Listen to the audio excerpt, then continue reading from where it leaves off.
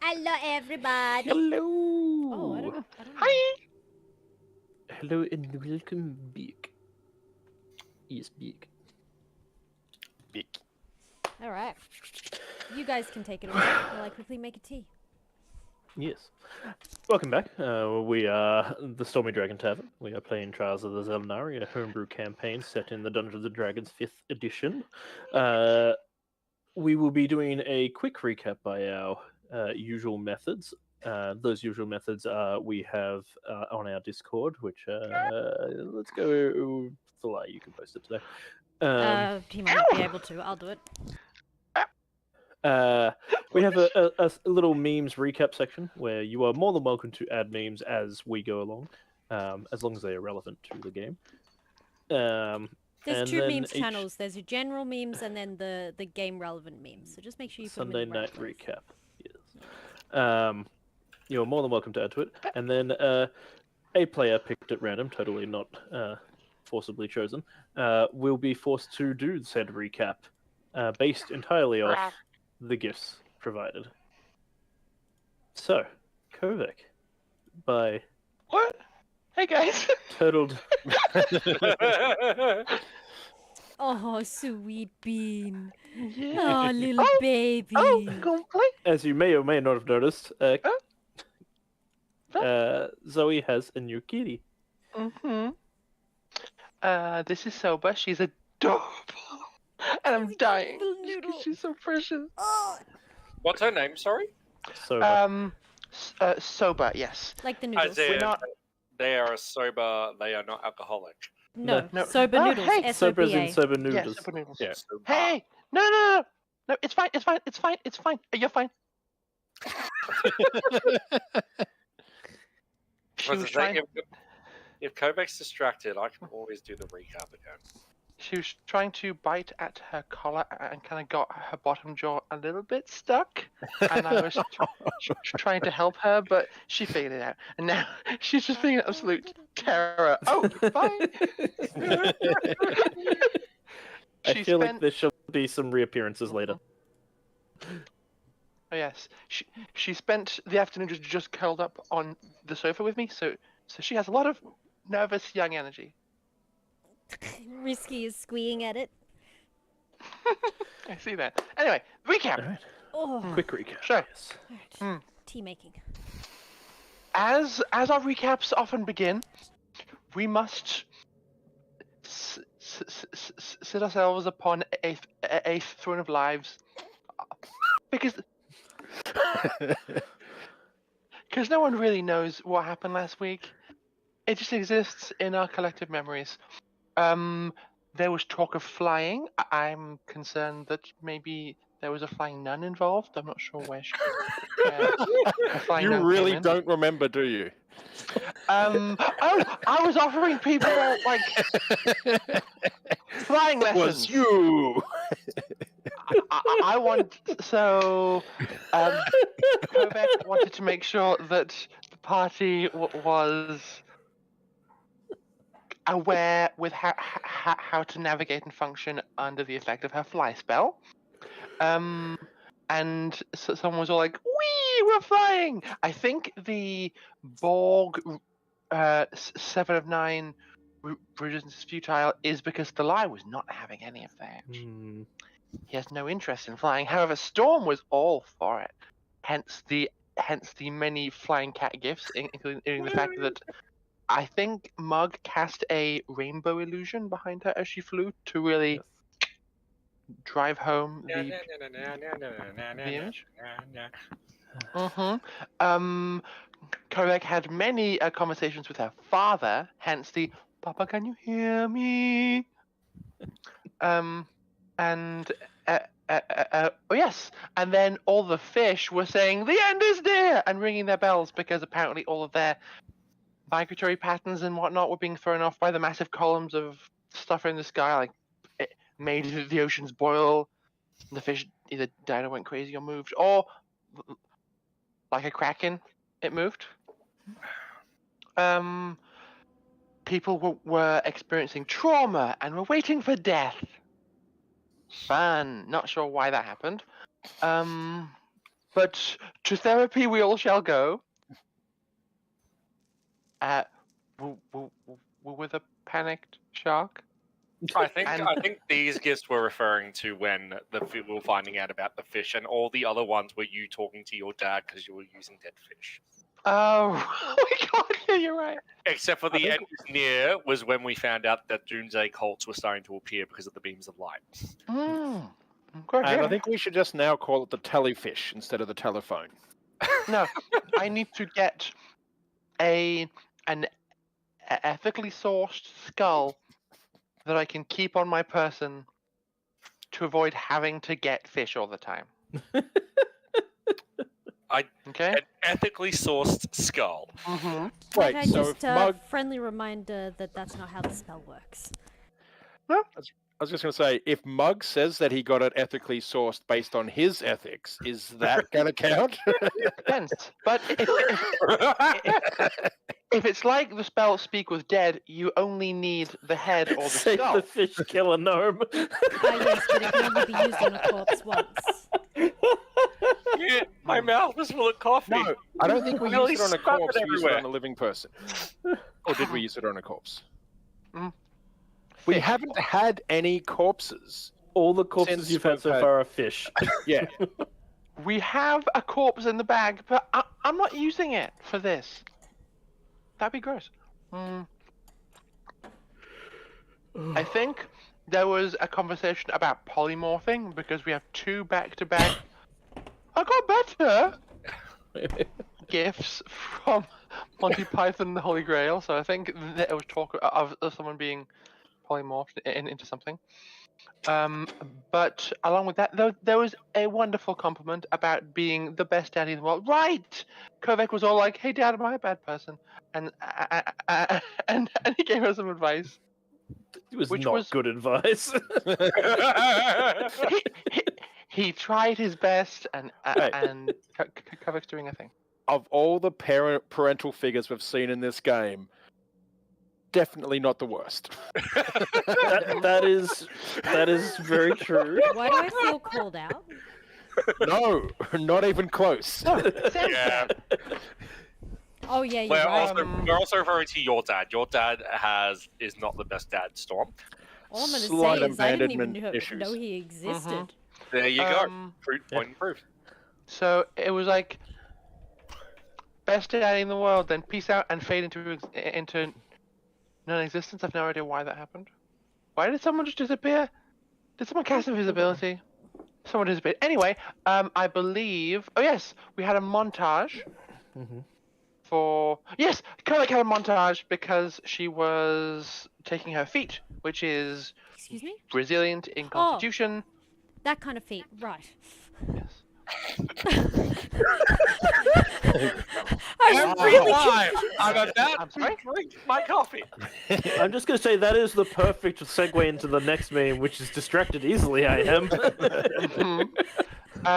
And Storm figured out how a talisman worked. Oh I yeah! I think I'm played- jumping ahead I played, because hide and seek. yeah. And then it was I'm on a boat, and someone's parents are rich. Oh yeah, we were talking about the possibility of encountering Sam's dad in Tanzanite, and it was like, oh. And then someone just piffed a fish into the water. I don't I'm know pretty what sure happened that the fish in the water meme was because everyone was just like, when they wanted to finish an awkward conversation, was just like, peace out, and jumped into the water. there. Oh yeah. Yes.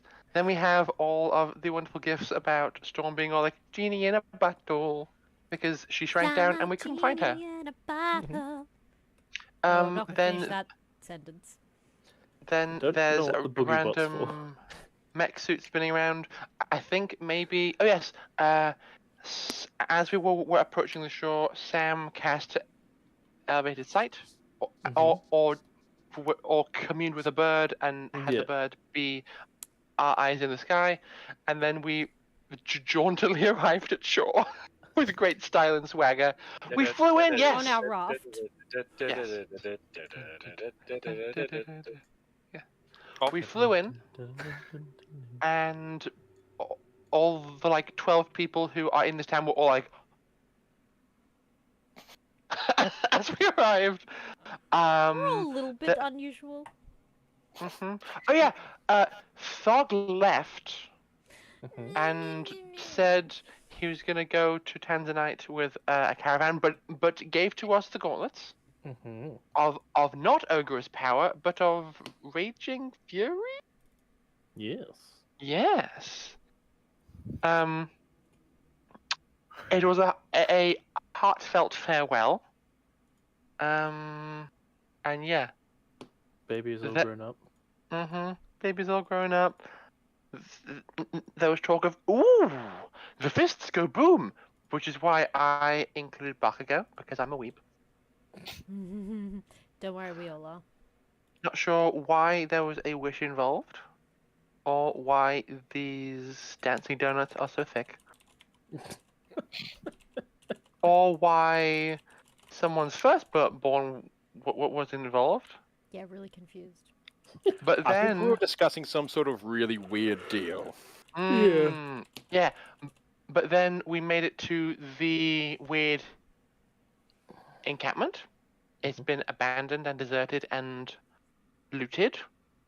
And there were fears of us being attacked from things in caves. We then found a cave and are investigating it with my magical spellbook. We recap over. I'm gonna dramatically drop this ball in a cup. That was really anticlimactic because there was no sound to it. That's because it dropped on my blankie. I was I'm not so gonna drop it somewhere hard. It might confused. break. Oh, I hope someone clips that. That was great. I forgot about the soundboard. It took me a couple of seconds to find it where it was, but it was worth it. Oh, that was perfect. Oh God. So yes, the party has arrived. I'll stop. No, you won't. No, you weren't. No, I won't. The party's arrived at the Xel'nari outpost in the foothills of the mountain, where they were hoping to make contact and get access to Ascending Stone to make contact with HQ and find out exactly what's going on since they've been away, as they have realized they've been away for a little bit longer than they were hoping for. All right. And seeing as they've already gone on a bit of a segue from their original mission, they've been away for a little while. Was it about 3 weeks extra from memory, or was it more? Yeah, I think so. approximately. Something like that. Very cool. My face looks so red in this. Can we be swapped over to the mappity map? You can be swapped over to the Mappity map. Mappity map. Because it's a cool mappity map. Mappity map go burr.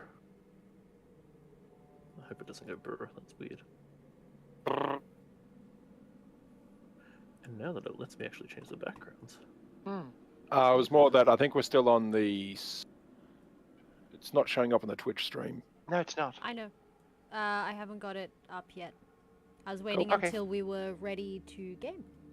So if we're all ready to game, there it is. Boop. Alrighty. Map of the world.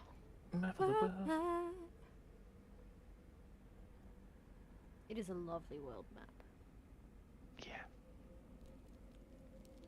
I need to put you back onto your cart as well now. Because you're no longer on a boat. We're not on a boat. We're not on a boat. It doesn't work. No as longer well. on a boat. Yeah, it doesn't. It's okay. We tried. That's all you can really ask for. What did we end up doing with the boat? Did we end up selling it, or just... We kind of just Um, abandoned it. You kind of just abandoned it, yeah. You Yeah. had the idea of selling it and then didn't. No one. Oh, I thought yeah. Pilvin said he'd handle it because he was going to stay in the town until a caravan came by. He was, Mm. yes. Yes. The boat has been bequeathed to Pilvin in lieu of the fact that we are partially responsible for the reason that his nice big boat crashed and sank. We say we. It was really one Storm? person that caused the Hey, storm. hey, to hey, hey, stop hey. it. Oh, wait. No. I had nothing to do with the pyramid, though. The pyramid didn't do any damage to Pilvin's boat. I just pictured Storm just like writing an IOU to like, dear Tanzanite, I owe you one Navy ship. I mean, who fired the flare? Because technically, if we want to go into details, that's the person No. responsible. I think Please that was don't. Kovac. I think that was Kovac. That's a chain of responsibility that is dubious at best. Honestly, Yes. Then we can go back and go like, well, then it was Talai's fault for getting captured in the first place. Or it's and the Yeah, putting it Talai. on high Kalashnik's fault alert. for making a deal. Yeah. Yeah, there's a whole Who hired Pilvin in the first place? Kovac. And there's the circle of blame. Storm merely prayed to a god for assistance, and did they or did they not save us from trouble? Oh, so it's your dad's fault. Yeah, Yes. Yes. Dad's fault. Blame God. When in God's doubt, fault for everything. blame a god, not God, a god. There is a big difference there. So, Especially when he's only kind of like a demigod. yeah. It's Yeah. like, I mean, he's on his way to more than just a god. Oh, I want to see the theological debate where it's like, so you like try and like enlighten yourself. So you go from to What's great is it also sounds like you're saying air, even though it's just Yeah. air. It's yeah. Okay, anyway, my brain. And then you go to.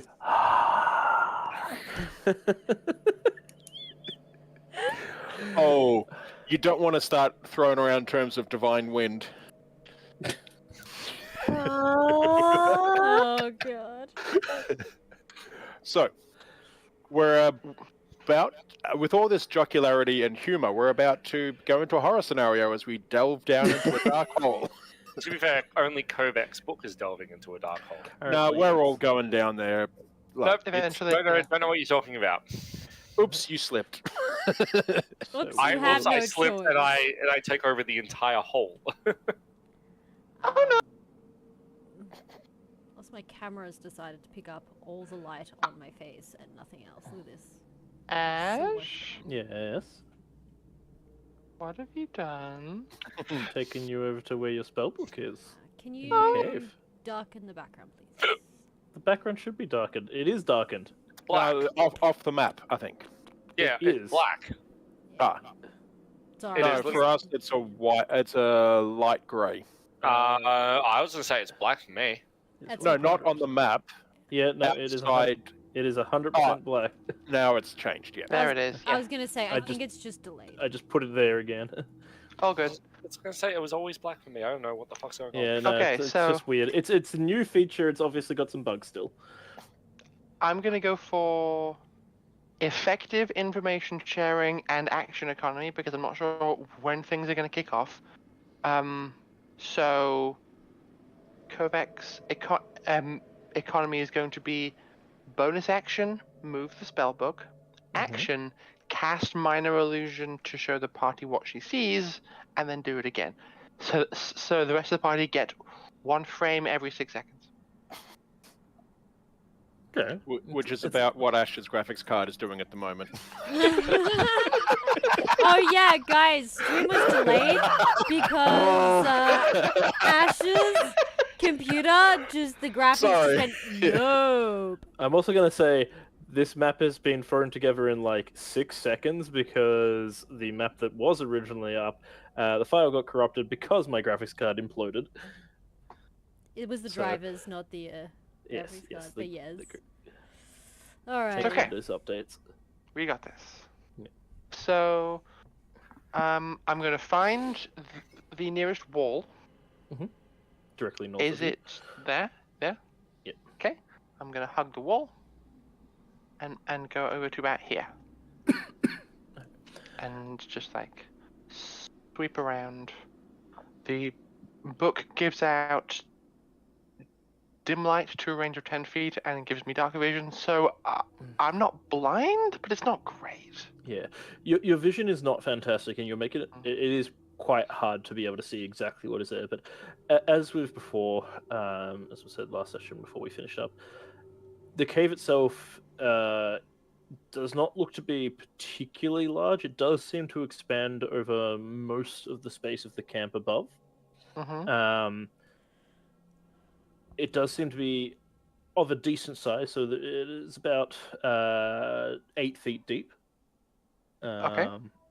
In its most centralized areas, and you are seeing on the floor. It's kind of hard to tell exactly what it is, but it looks like small leathery masses on the floor, just in random patches around the floor. That makes me very nervous. So is where the book was, is that where the hole up is? Correct. That's Okay, the cool. lighter spot. Yeah. I'm gonna keep moving it around. I will share the unfortunate news with the lie that the headroom is not stellar. And I'm telling the party about all of this as it happens, and they are welcome to chat amongst themselves. I'll let you make your way around. Do we? Yes, I'm just getting the perimeter. I want a sense of how big this cavern is first and foremost. So Can we tell how far down the book went? It went about the gap above was about an extra 5 feet of compacted ground and dirt. So in total, it's not that deep under the ground. So And- is it like less than 20 foot? Yeah, it's about less than 20-foot drop. So we don't even really need to like No. tie a rope for like lie on his stomach and lower us down. Yeah. For all the Theory. dignity that's worth. Storm just jumps. How stable does the ceiling above us look? Is it stone or like frozen compacted dirt? It looks like a combination of both. There seems to be other parts where, looking up above, where the ground has been compacted back in, almost like there's been other holes that have been dug up. Okay. As your book is making its way around, it does spot a small table off to one side. It looks to be very crudely like hacked together. It's almost falling to pieces as it is, but just being used as some kind of writing bench. As you can see, an inkwell on the table, but no quill present. And you can see a few splotches. So whoever was writing here was not exactly careful about what they were doing.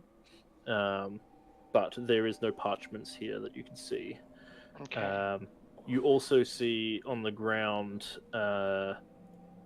it's hard to make out exactly what it is, but you can see a disturbance in the ground. You're not quite sure what it is without getting a closer look. Okay. The cave also seems to extend off further down a long tunnel where at the very end you can almost make out a bit of light. Down this way? Yeah. Okay. I won't go much further beyond that though, because that is probing a bit too deeply. I'll just curious about the quality of the wood. Does it seem quite soft? Of the table? Yeah. It looks like it's been made from one of the trees up above that has been cut to pieces and just very, very haphazardly put together. Might see if I can get some clues from that. If someone was pressing hard. How big is the table? And specifically, is it bigger than the hole in the ground? Yes, it is bigger than the hole in the ground. Okay. Okay. So Kovac, can you hear anything while you're POV through the book? I believe I can see and hear both where I am and where the book is. Okay. Makes it Mm, easier. I'm just going to Road double trip. check. Work in spellbook. Oh my god, Furniture it's would custom. Yes, would yeah. imply intelligence of some kind, wouldn't it? In, indeed, it does. It's not very well made, but made it is, and it appears to be from the timber nearby. Any sign of any Xel'nari? Not presently. There's just those mounds of leather. Have they are there mounds across the entire span of this cavern I've seen so far? And how many can be seen in this space? They're not necessarily mounds. It's more like just small little patches of it, like literally like a little bit of chunk of leather tossed to the floor. They're scattered sporadically around the area. Could Like you check one 10? closer? Yes, I'll get the spellbook nearer to the hole that I came down, and check one that is close to the hole. Okay. And what exactly are you looking for? Just getting up close to it. I can't physically examine, so this would be just perception. I want to know if it looks like this is some kind of creature, a piece of a dead body, an actual randomly discarded piece of leather. Just trying to ascertain what it is besides shape. A good point is, does it have stitching? So, more information, please. You get you to make me a perception check first of all. That's a 9. As you get closer to it, you have to get fairly close for your light to illuminate enough so that you could actually see some color to it. Where it was previously like a whitish gray tone, the light illuminates it, and at first you think that you're not close enough, and you try and get a little bit closer. It's still a whitish kind of tone to it. But then you notice that is actually the tone of it. It seems to be, rather than leather, it's more of a leathery like skin mass. Looking at the texture of the skin and the toning, it almost looks like it's from a drowned body. So kind of a bit bloated. Not necessarily bloated, but it's more, you can see that kind of almost waterlogging to it, and that tone of it's been in the water for a long period of time, and it's got a little bit of almost off skin color to it. It's more white and pale than it would be pink, like it's missing its pigments. It looks very sickly, the skin.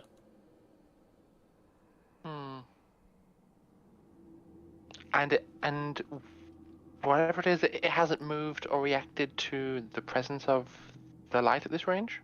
No. Okay. I'm going to use one of my 3 charges, and through the Manifest Mind, I'm going to cast Mage Hand. Mm-hmm. And I'm going to poke it. You poke at the mass. It does not seem to respond. I'm going to take hold of it and try to move it a little bit. You grab hold of it and shift it over. It doesn't seem like it's heavy enough that the hand struggles with it. Okay. Is the underside different, or is it just like this all the way over? Like that all the way around. It also doesn't seem to bear any obvious signs of being torn away from anything. Okay. I'm going to bring it up, but before I do, I'm going to advise the party of this and tell them to take whatever precautions they deem necessary for their own safety. So we'll potentially pull back from the hole, choose a spot that's safe, and we'll put it over there, and then we can examine it for relative safety. Alright, so bringing it up. So a spot of safety, would that be in one of the torn up tents? I was thinking probably like more against the wall. Not safety. It's safety for us in case it isn't safe for us. If you So- want it safe for us, then just have it right next to Thalai with his hammer. How do you feel about that, Thalai? Duh. All right. Okay. I'll put it near the north entrance, and we'll just have Thalai on guard. And then strong wind comes through and the leather shifts and he just beats the shit out of it. It twitched! Fireball. But it didn't move. I said fireball. Fireball in this cavern would be so bad. Yeah. Only if you're in the cavern. Well, I think it also probably destabilize a bunch of the ground around it. That Just make a sounds signal. like a problem for people who don't have Dimension Door. As you start bringing it up, your nostrils are immediately greeted with a pungent odor of rotting flesh. It's almost a combination of decaying and rotting flesh, but also like almost fishy and like sweaty socks as well. It's a very unpleasant odor. You find yourself almost gagging and reeling from it, and that's just from this small chunk. The chunk itself only being roughly the size of like a tennis ball, nearly, maybe a little bit bigger. Oh, okay. I'll kind of, when I put it down, I'll kind of give it a bit of a twist, so it kind of creates a little snow divot, so it doesn't roll away. I've got a question. Now that Kovac is using her actual sight, is the detect magic still running? And does this have a magical aura? She would have the magic still running, but at this point, and no, it does not have the magical aura. Okay. Good to know. Could I try and identify what type of flesh it is? Alright, could you make me a nature check? Does it have a tattoo saying Xel'nari are cool? I will provide the help action for Thalai. Okay. Roll with advantage. Yep.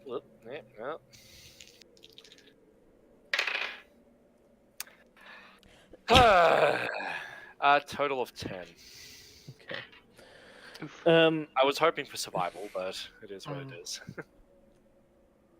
You could attempt a survival for it, but yeah, I'll let you take a survival on it as well. All right, It's in more that of, case, then it'd be you don't really have a context of what kind of flesh it is, so it makes it a little bit harder for you to work out where to start with. well, survival would be 13. Okay.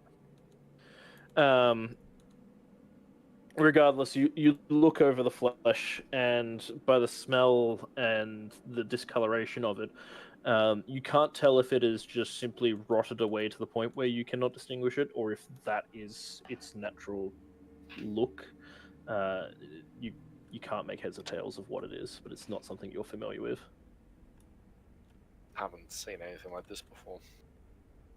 I'm gonna go full CSI Xel'nari on it, and I will investigate. I'll pull out a pair of actual proper gloves, and I will be physically handling it with 2 hands and some telekinesis. Just trying to get as better understanding as possible. I'll also probably have my nose plugged or my scarf pulled up tight around my face to make it bearable to handle. Are we I will still investigate. downstairs or are we back up? Yeah, up and above. I was going to say, Mug's going to be helping in a slightly annoying way by just kind of going what's that? Is that something? Is that a thing? Wait, Could that be? I'll Is this? And it's like in I'll- case there's things that you missed. I'll take it. That's a 15. All right. You start handling it, and the first thing you notice is that whilst it looks waterlogged and quite squishy almost to the touch, it's quite hard and leathery. You would imagine that if it was a hide to something, it would actually be quite hard to penetrate. It's quite tough. Oh.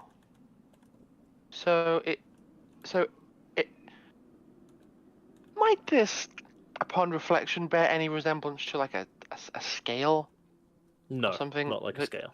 Okay. It's not Does the it- hard shittiness kind of toughness. It's just more of a thick, dense, leathery kind of feel to it. Is there a creature I could think of that might slough off something like this in its natural existing? Like, we exude skin cells. Or like flakes of skin from my body. So could this be an equivalent to some big beast? Give me a history check. See if there's something you can recall. What Could are the I- edges of this piece like? Might have already been asked, but were they neat or were they torn? They don't seem to have like any kind of natural edge to it. Like you can't tell what's meant to be the surface of it, what's meant to be the underside, where it's been pulled away from a mass or anything like that. It just seems to be its own little blob almost. Ah, so we're probably holding a fistful sized thing of shit rather than flesh. That is a 17 history. You cannot recall any kind of history of something like this. Okay. It could be, as Mug has pointed out, it could be excrement, it could be actual flesh, it could be like a larval state of something that has perished as it's not moving, but there's no obvious signs of eyes or anything like that. It just seems to be a lump of very tough, leathery flesh. Okay. What is the consensus on us trying to crack this open?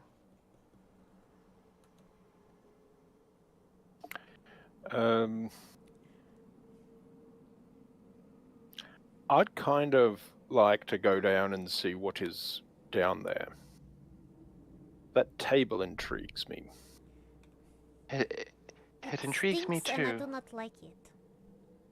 I would like a bit more information from this first, though. So, does anyone object to us trying to crack it open? What if it is like rotten egg? You know, when you open rotten egg and it smells bad. I don't really want to do that. You know, it doesn't sound very delicious. It already smells bad. I guess it could smell worse. But if that's the worst, then... Oh wait, Mug, you can make smell go away. Don't you have magic that does this? Mug will cast prestidigitation, so now it smells bad, but also of like pine oil. Like Pino Clean. It doesn't take smell away, it just adds a better smell on top. No one has expressly said no, so I'm gonna walk over to the fire pit where kind of the ground in the center would probably be quite hard. Put it there and say, Thalai, would you do us the honors?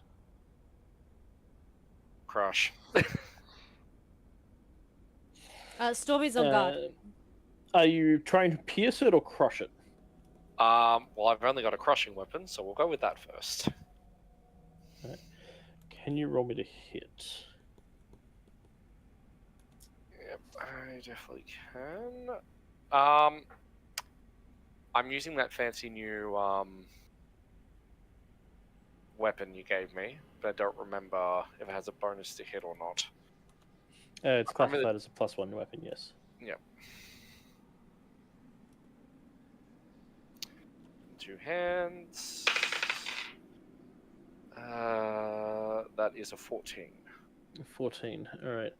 You smack down on top of it as hard as you can, putting your weight into it, and you don't feel it give way underneath. It seems to hold its form. As in, it resists, or it shifts and then shifts back? It more resists, so it doesn't compress underneath it. Alright. I will then take out the short sword I have that's silvered and barely ever used and stab at it. All right, another roll to hit, please. That is only a 10. All right, you attempt to pierce it, and it kind of just glances off, and the thing kind of rolls off to the side a little bit. That was bad. That was bad thrust. Let me try again. I'm a bit rusty with this one. If I would like to try again. You can basically take 20 on it and attempting to pierce it. You do eventually manage to pierce it, but it takes a little bit more effort than you were hoping for. And you don't even dig that deep in with the hit. But it just seems to be more of this leathery skin-like substance all the way through. It just seems to be quite literally a blob of skin. Thalai, if anyone melts your armor again, we can just make you more stuff out of this.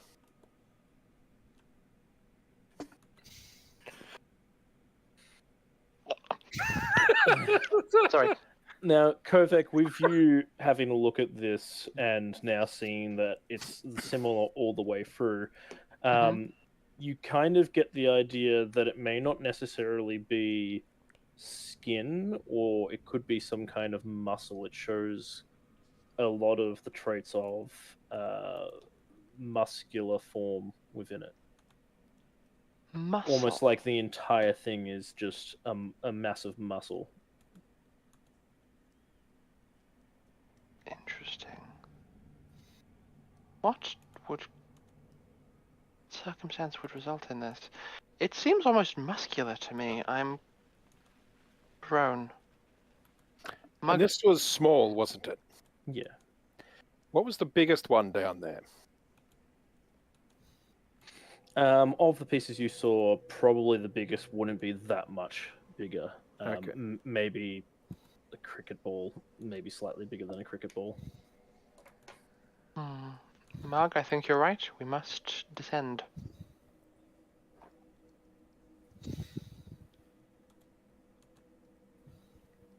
Well, in case we need to climb out, it would be best to have some sort of rope attached. Indeed. Have I already used my rope? Can we have a rough marking of where the hole is? The hole was inside the red tent. Oh, inside the red tent? Okay. Yep. Cool. I believe I used my rope elsewhere, unfortunately. I do not see a rope in my inventory, so I also believe I used mine somewhere. Yeah, I'm pretty sure I gave mine up at some point. Oh no, sorry. I do have 50 feet of rope here. Sorry. That's good, because I didn't. At least someone did.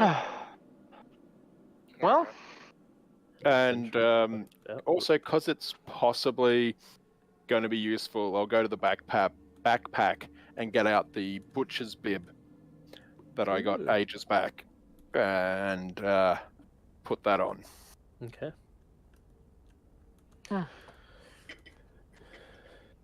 Who's climbing down first? I'll go first.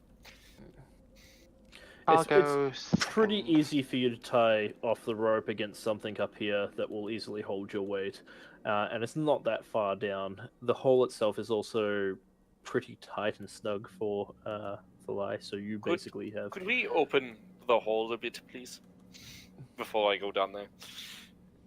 No. I don't want to get stuck. Why don't you just make yourself smaller? Understand? But we don't want to make the hole bigger in case it makes the whole thing bigger. Storm, I can't get small. I only get bigger. Oh. You can breathe in. I do the Oh. equivalent of flipping the bird as I just like wriggle down the hole to. Yeah. No, polite. Just go down head first, so the biggest part is already past it, and then you're fine. But that's not the biggest part. My biggest part is my. It's your shoulders, right? Oh my Okay. god. You Storm come just hands over tumbling ears down. and jumps down. Okay, that's it. I'm out. Shoop. Do you wait for Thalai to move first? Is he in the hole? He just jumped down it. Nope. All right. I Thalai, will- make me an acrobatics check. See if you notice and get out of the way fast enough as there is a storm come tumbling down. A 14. 14. Not bad. You notice a storm coming in hot and quickly roll to the side as she comes crashing to the ground, landing elegantly as a cat would. Just stands up, does stuff, and just. So I cannot see I think- anything down here. Where are you I guys? think this would also be the first time, Ash, Mhm. my dark vision from my stone Mhm. giant rune kicks in, and I'm very confused as I've never used this before. There would have to have been a dark night with no moon. Yeah, but you don't really notice it because it's dark. Like, Yeah. whereas this is specifically gone straight from light to dark. Whereas with the setting sun, you'll gradually get used to it. Where this is suddenly like just instant. Hmm. What? I can see. Kind of. That makes one of us. I cannot see anything. Where are you? You can see my spellbook. It is kind of glowing nearby. Oh yeah, The so within that, it's bright light for me within that radius of the book now. The spellbook came back up to the surface, didn't it? Oh yes, it did to carry up the thing. But yes, I'll send it back down. Well, I was gonna say what I would be doing. I won't have my shield out, but I will light one of my torches. So I have a torch in one hand, and then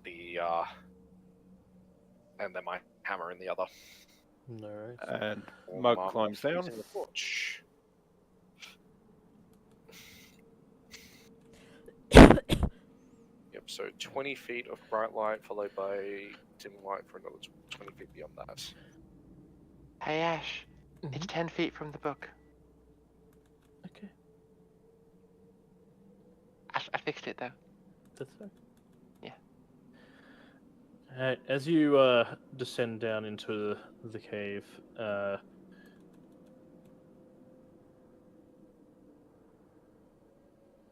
using the lanterns provided and the book as an extra source of light, you can dimly make out the small little masses around the floor. There seems to be a dozen or so. You can almost make out in the distance the shape of the table over on the far side of the cave.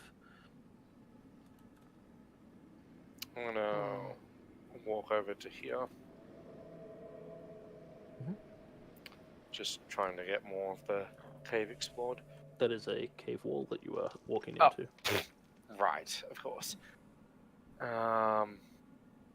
that case, then I'll walk towards the table. Yes, that is it. That is the cave in its entirety.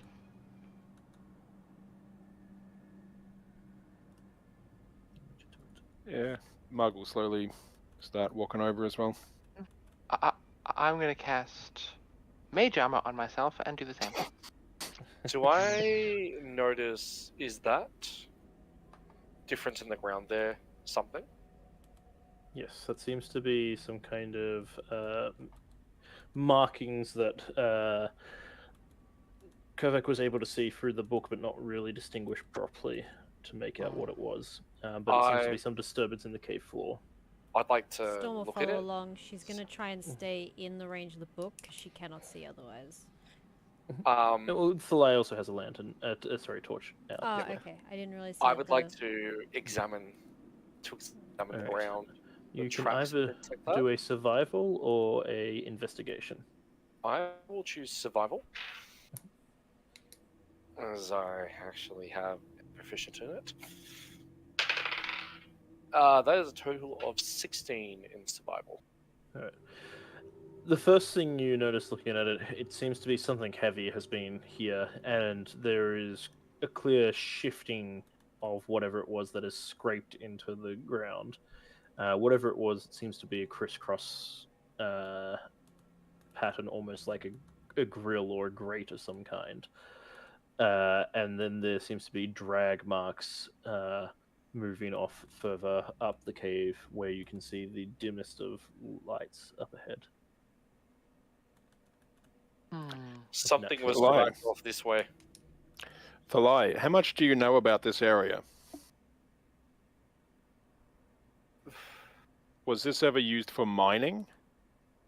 Not by us, right, Ash? Not by us. No.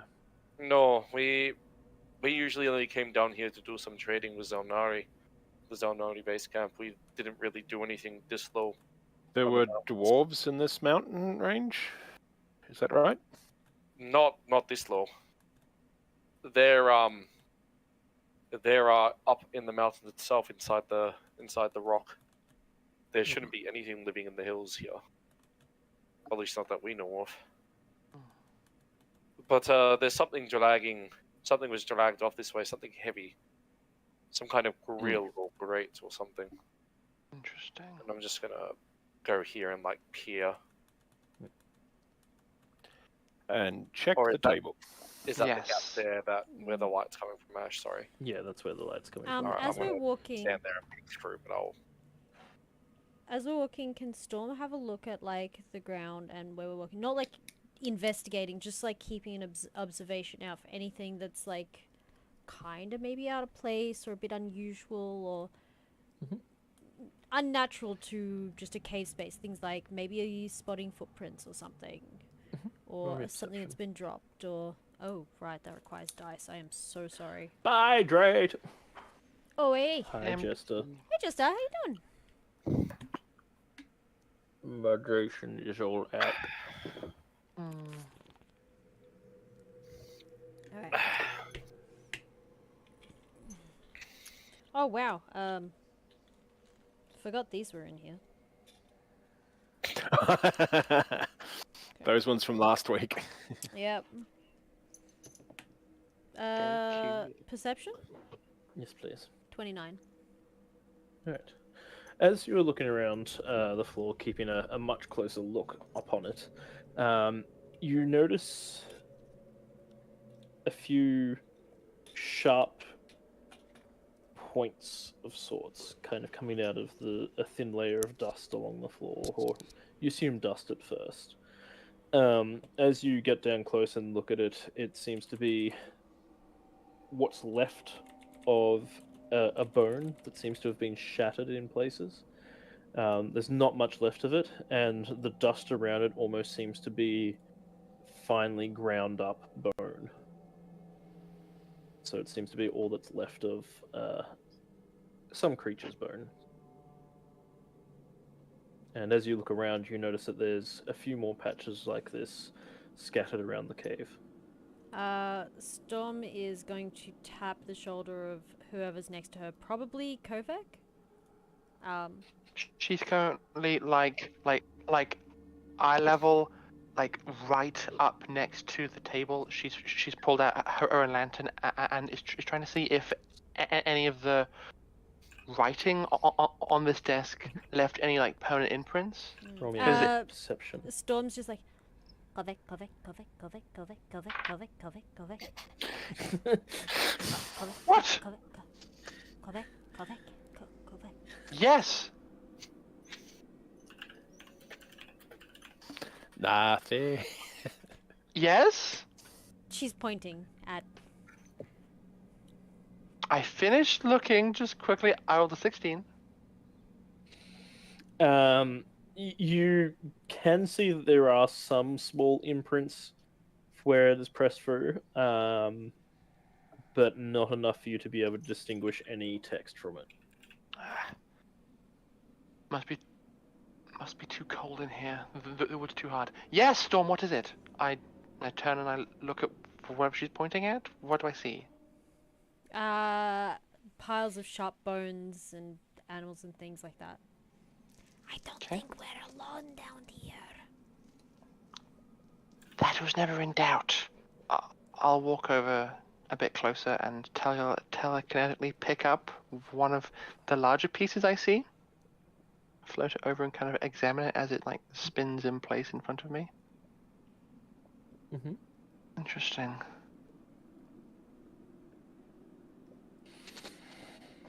It looks almost like it has been shattered, like broken apart. And it's clean, right? No flesh, no sinew, No it's flesh, just nothing. bone. Just bone. It's either been here a very long time or has been seen to by a very efficient feeder. Salai, Oh, what do you That see in that gave- direction? that gave me a bad idea. Faint light. Speak with Dad.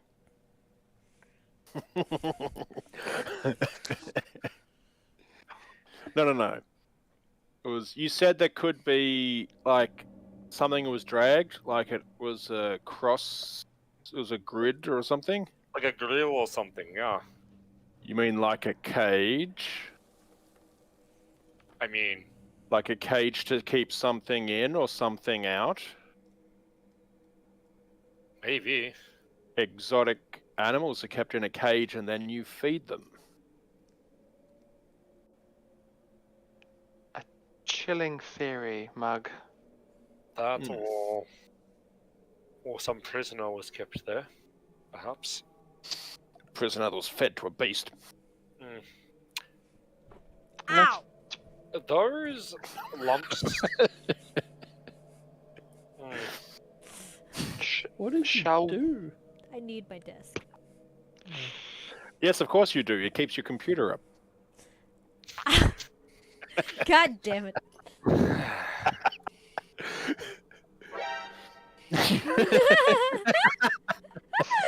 Oh god, we've found the But, soundboard. Thinking on it, those, because we're just finding those lumps of like muscle or something like muscle, weren't we? Mhm. Just around the place, like just were they in any particular shape? These No. lumps of flesh, like were No, they, no. or would it be something like something was melted and it fell on the ground and then it like hardened that way, kind of thing? You can't tell. From all your investigations so far, you're not really sure. I'm going to call it that I think it's the, you know, the little bits of meat that gets caught in your teeth? Oh, That it was, that are just like clawed out and they were left on the ground. What could this creature be that requires so much space and so much food, and yet very comparatively small headroom? Oh, you haven't heard? The Great Grapha. It's a well-known mountain creature. How I heard of that? I'd sure hope not.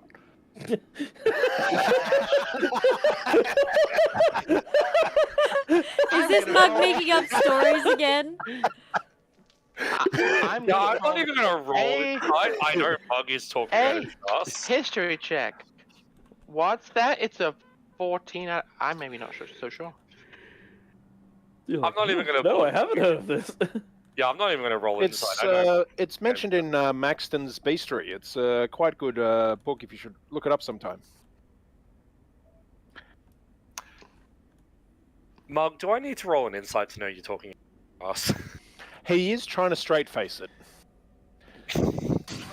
All right, I'm gonna insight this. I get advantage. I was gonna say, you've However- never heard of anything of like this on your mountain, but there are other mountains. Yeah, that is a 19 on insight, Mr. Mug. Well, I only get a 22 on deception. Damn. It's not his best skill. Oh, idiot. So, He quickly sort of like turns away before you see that he's smiling. I don't think there's any of this such creature on these mountains. Okay, Yeah, but when if we find something, I'm naming it the Great Grapha. No, I've never heard of this Maxwell's bestiary. Of course not. No, It's Maxton's. Or Maxton's bestiary. Minor illusion. Maxton's bestiary. Is it Maxwell? Does it say Maxwell and then it's crossed out? It's out of Maxton. Oh, I can do that too.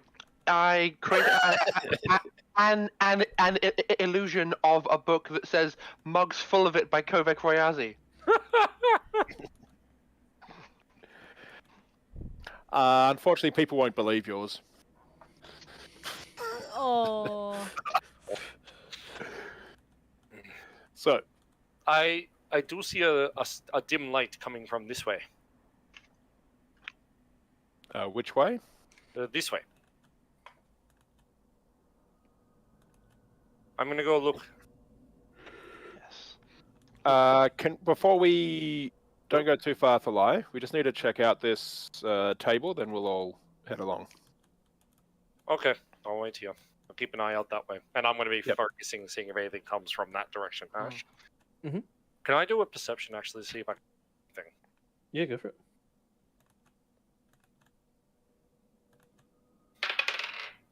That is a 24. Alright. The light that you're seeing, you make out as daylight, and it looks like it's coming through thick brush. So there is just a small gap in the leaves and foliage that is enough to let the light through. I think it's daylight.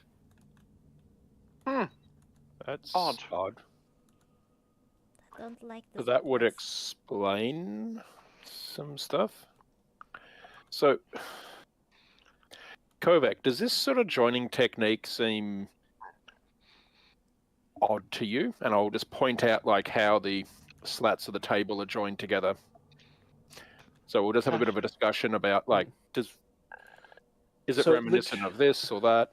It literally looks like Excellent question. someone has hacked up pieces of wood, shaved off the top to make it as flat as possible, and then placed them on top. They're not even held in place. They literally just resting on top of two sets of A-frame legs that are just pinned together. So it is very haphazardly, like you could knock this thing over fairly easily. Could we estimate a time for like how long it's been? Investigational nature. I'll help Kovak with investigation, and I'll give Yes. Bardic inspiration. Okay, 1d8 to that. I should. Okay, 30. How old How is much- it? God 20. damn. I was going to say, because like, how much of that was the Bardic inspiration? Probably not much. It was 2. You get down, grab up some grindings from it, sniff it, put it in an alchemical concoction you've got on hand, swirl it about, and you can estimate that it was cut down and created no more than 4 months ago tops. So it is of fairly recent creation. 4 months maximum. Yes. It's in bafflingly poor condition for such a recent table. However, given what's been seen by Thalai, it is somewhat exposed to the elements. I'm sure the harsh winter winds tearing through here would do nothing for its quality. So from what I can see so far, there was a caged animal here being studied. So the Great Grapha was being studied here. Someone had set up an impromptu table to be able to write down their reports and studies of what sort of eating habits and things. And then the creature was taken away again. Unless those marks are from. Wait, Ash, do the marks appear as though something was placed here and then dragged away, or something was dragged in here? Hard to tell. What if this was a formulated attack against the Xel'nari? A cavern extracted, a beast brought within. They sat in wait for several months as they excavated the team of- underside of the entire camp, and then launched this beast upon them. A group of cryptozoological sappers went spelunking upon the mountain.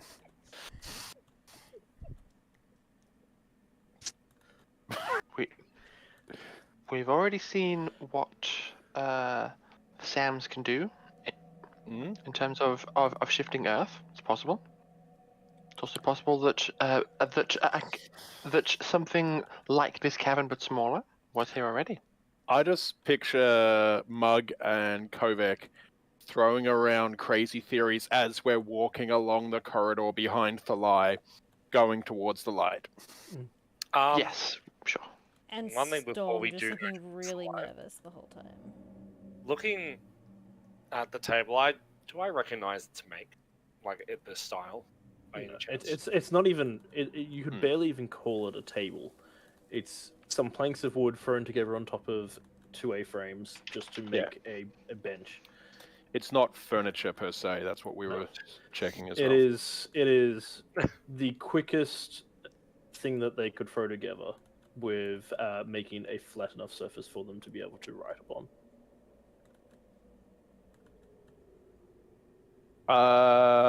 Quick thing. The bits, the type of wood, would that match any crates or things from up in the camp? No, it does. The wood be does seem to match longer, that or- of the trees local to the area. Okay.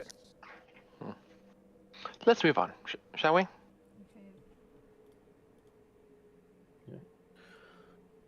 As you make your way up the path, it does extend fairly straight in an incline for quite some time before opening up into the outside. The entrance has been... Storm's just keeping an eye on behind us. Yeah, That's fine. all.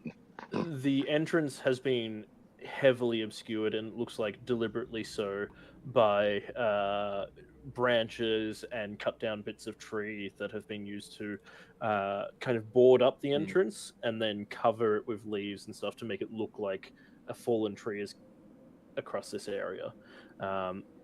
There's enough snow that has covered a lot of it as well to hide it. If you were not expecting it, it would be pretty easy to miss it. But you step out to the cold air outside, a bit further along the mountain range. So we've gone up the range. No, you've gone. You're a little bit further down, but you're more Around south. the mountain? Kind of, or- kind of gone around a bit, and come out to a side. How far would we be from the Xel'nari camp? Looking at your position, and if you were to climb up the mountain a little bit and look around, you would estimate you're about 600 feet.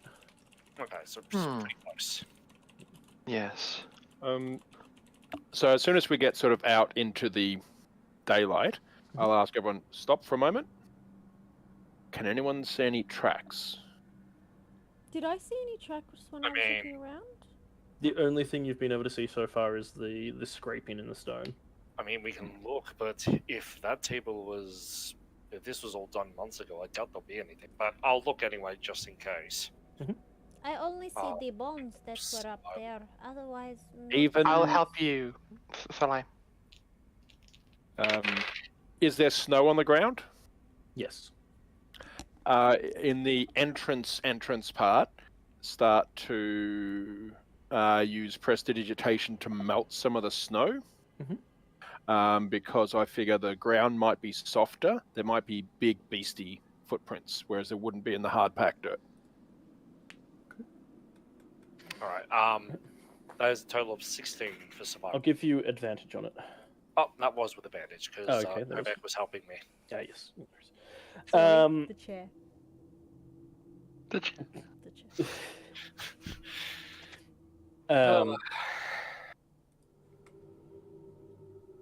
Looking around upon the snow, you do not find any marks. It's clear that if there was any path there, it's been covered long ago. However, where Mug has moved aside, you can see just near the entrance where there is a bit more softer dirt. It looks like possibly a single or multiple pairs of footprints. It's hard to tell because they're kind of splattered all over the place, but it seems to be around about the same footprint, and at least 2 pairs of hoof prints. hoof prints. Like a horse? Yes. For dragging, potentially. Are they going in or out? Hard to tell. Okay. Footprints, energy footprints. Like Again, humanoid, kind of humanoid around. footprints. Yes, humanoid footprints at And then- first, and then 2 sets of. 2 sets of hooves. Yep. And Over the- size medium humanoid. Yes, yeah. Nothing. Over the next minute, I'm going to send my spellbook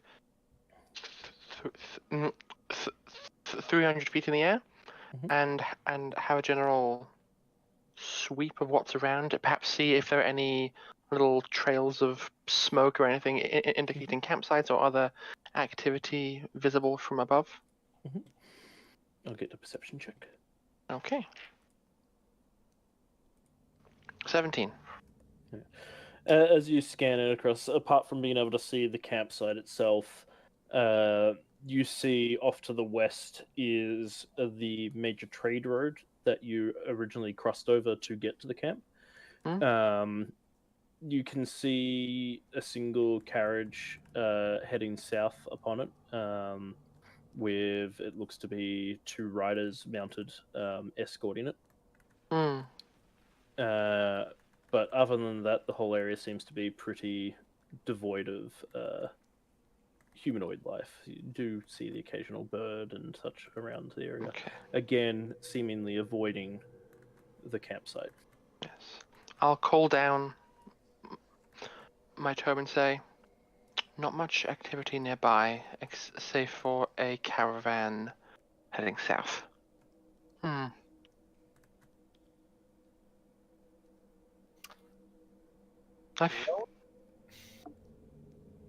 Sorry, you go, Quebec. I feel a bit stumped. Running out of leads.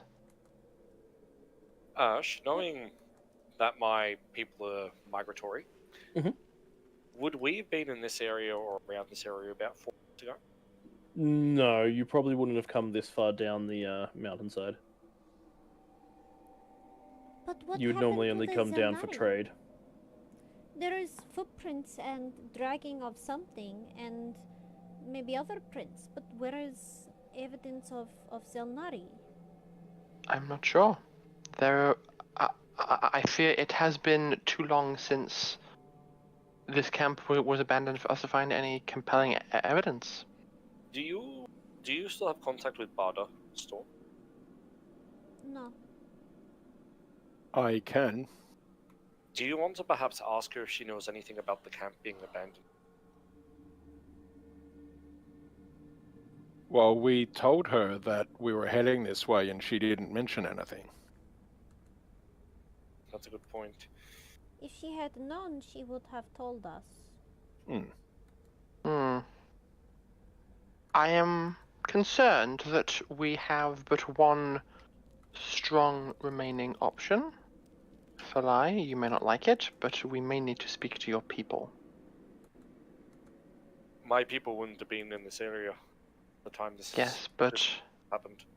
But if the Xel'nari fled as opposed to dying, your people are the nearest source of strength and friendship in the area.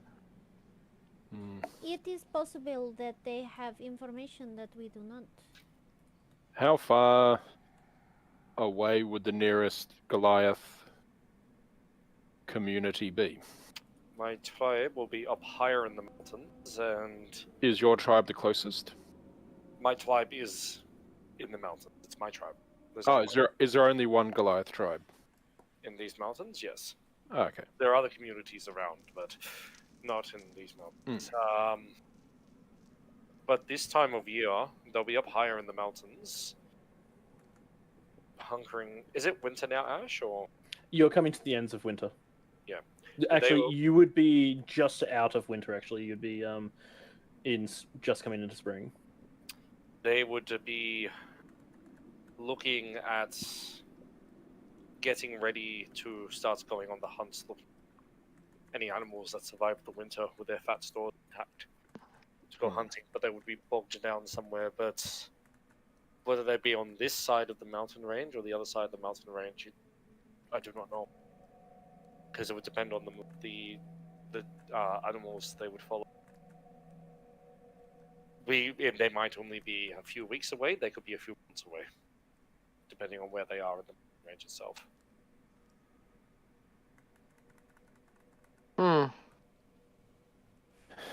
So we could try and see if they are closer. I could try to read your mind to get familiar with someone to send ascending to, but that is tricky at best. It's not. When it works great, but it's not the most reliable of ways to do things. I think would one of the possible winter camps be nearby from here, Ash? Sorry, say that again. Would one of the winter camps be nearby? The winter camps would probably be further up towards the caves, up higher in the mountain. How far would that be? Your closest estimate would be 2 weeks. It's not an easy trek up. One of the sites they could be in is it's 2 weeks hike up the mountain. How large are these mountains? My goodness. Well, do you remember that mountain we climbed in the demo territory? I do. It's bigger than that. Oh, good heavens. About twice the size. And also, if the last This is a big drop. day's travel has taught us anything, it takes a long time to make any sort of distance going uphill. What if there were to be? I think I can see where you are going, Kovac. Oh? I'm curious to see how acquainted you believe you are with me. Go on. Well, the quickest way to travel over land is to go over the land. Yes? But young Thalai was so reluctant last time. Well, Is that what you were thinking? I have an option that I think would give us more longevity in the air, yes. Both Samantha and myself are gifted with the gift of polymorph, and could, over the span of several hours, take the form of large eagles or owls, and carry others to a greater height that could cut down on travel time significantly. And then you just hang a rope out the back, and Storm can levitate and be dragged along. Kind of like wakeboarding, but in the air. Indeed. It only lasts my for 1 hour, God. though. Soba, what are you doing? An hour of flight in these conditions Could the be a way day the of ground travel. is, yeah, that would easily cut down a day. Exactly. And I would be able to do this 3 times a day, with a rest in between the second and third. Oh, I can only do this once a day. I have That's tried okay. to do it more than once a day, but I find myself too exhausted. It's like energy reserve is gone. If But- both Sam and Samantha are both casting polymorph as well, then we would have many birds, could do quite a span, and could probably carry the rest. Actually, it would probably be easier if Thalai was one of the birds. Yes. I know you insisted that if you were not meant to fly, then you would not fly. But Oh, what if by magic you were meant to fly, and you were in fact a bird? Maybe that is why you met Kovac. you see, if you were a giant eagle, then your natural form would be soaring amongst the mountains. Precisely. If you were meant to, if you can't grow wings naturally, magic born is fine. Yes. We've learned this.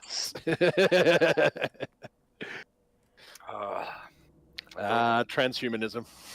I don't like it, but we don't have a choice, do we? I fear we may not. And That- if Fly spell that you had. yes, How long does that last? that lasts for 10 minutes.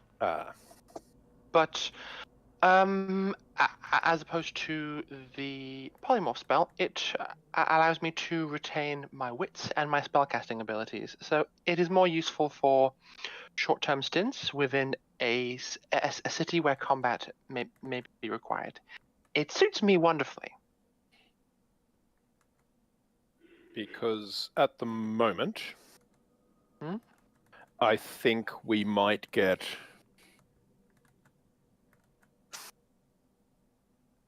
We have 2 who can change shape, and then I don't Ah. think. or who. So fly it's yet. 1 hour up, 1 Mhm. hour back. Pick up the second lot, 1 hour up. So, logistically, there are 6 of us Mm-hmm. here, correct? If 3 of us are large flying creatures and each carry one other person, How do we get 3 of us to do that? if both Samuel and Samantha also are able to polymorph. But I don't believe Samantha can change into beasts with wings. She can't by wild shape, but she can by polymorph, Oh, and can cast polymorph once a day. Well, should At we first. head back to the camp where we left the Sams and check with them to see if they do have polymorph? Yes, let's. I will check that for you now. Yes. One moment, please. So if Samuel can Right. wait, what is the challenge rating of a giant eagle? If it's 1, then yeah. Do you need to be Circle of the Moon? no. If you are a level 8 druid, then you can wild shape into creatures of challenge rating 1 and that can fly. Mhm. So So Samuel could Samuel use. can, Okay. because Samuel So- is pure druid, whereas Samantha is part rogue. So yeah, we can make it work. It would perhaps be a bit stilted. Might have to carry more than one person on different stints, but we can make it work. In terms of logistics, And Sam does have a polymorph prepared. Samuel does not. But Samuel can wild shape into a giant eagle, so. Correct. Yes. So we're Yeah, doing so- okay. I think So- I also would have to be one of the eagles because I do not think a giant eagle could carry me. yes. Well, yeah. It would be taxing. To say the least. Okay, so logistics. Just stop. First. Hydrate. Okay. Oh, So, logistics. First Uh, hour, we have 3 eagles. Second hour, we have 2 eagles, but we can ask Samantha to wild shape into something very small. So it would be Ooh. 2 eagles and Well, and between them. why can't? How often can Samuel change into a beast? As long as they have rest, I think. Twice. Hasn't Samantha done it before? She said, I have done it as much as I can unless we take a rest. And then she slept for like an hour, had like nap, and then she was fine. Yes. She was Um, she did it Samuel again. can stay in wild shape for 4 hours. Up to 4 hours, yeah. Right. So And also, don't forget, if anything is reset by short rest, I can do catnap. Yeah. So, by our magic combined, we can have. Our powers combined. Combined. well, about 3 hours of flight uninterrupted. So 3 days per day, and we're lazing around in the morning. So we have a Well- sleep in, and then we Yeah. cover 3 days worth of travel in the afternoon. Well, And then actually, it would be the opposite. We would go early in the morning, and then we would probably spend the rest of the day looking for shelter, because at night it would get cold. And I mean I cold. have a dome for that. We could spend the day just hiking on foot it's the rest not- of the way. It's not just warmth, it's also for safety for the creatures in the mountain. Because don't forget, there will be many things that are hungry in these hills. And us being in a very obvious dome would make us look like setting out a bait. I can make the dome white, and creatures I don't want to enter cannot enter. No, it's not about them wanting to enter. We could It's about cover them it in realizing- camouflage. No, but it's about We can put like leaf on it and leaf. stick. Like branch. we probably want something that is very hard for creatures to even to ambush from.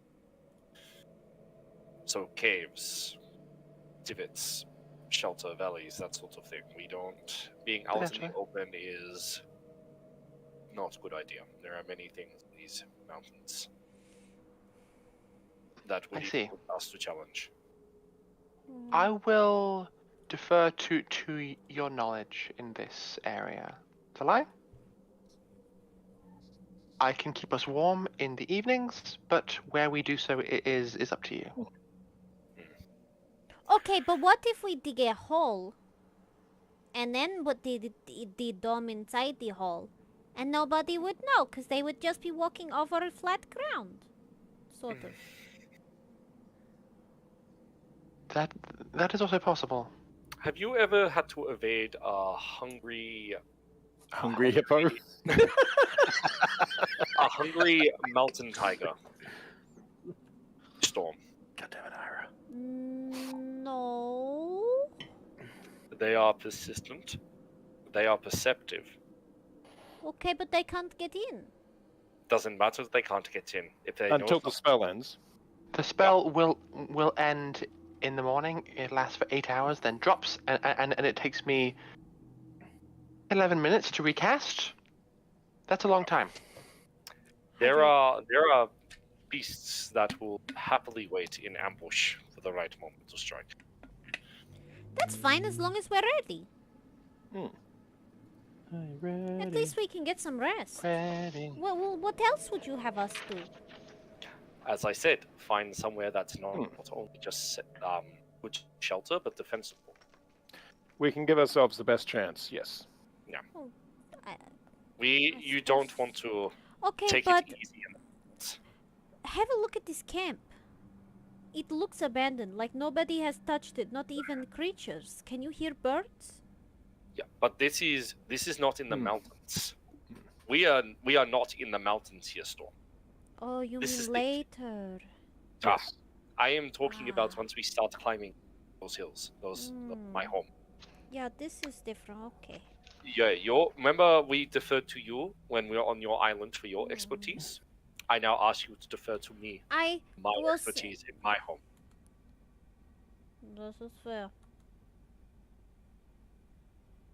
There are many things in that mountain, Okay. and not just the creatures. So, Okay. We fly up, find shelter. We use probably- some magic dome. I would Yes. I would say for today we would find shelter straight away, but other days we probably have at least a few hours to hike, needing to find shelter, and also trying to avoid layers and things like that. You are currently in the later afternoon. The sun is starting to set. Yeah, we might not want to fly for too long. You have probably about half an hour to an hour tops of sunlight. We can either do maybe 1 hour of flight tonight, or take up some form of shelter here and leave out in the morning. I don't trust staying here. I It's don't. already I don't seen like one staying. tragedy. I don't like staying here, but at the same time, I don't like the idea of us traversing up into the night.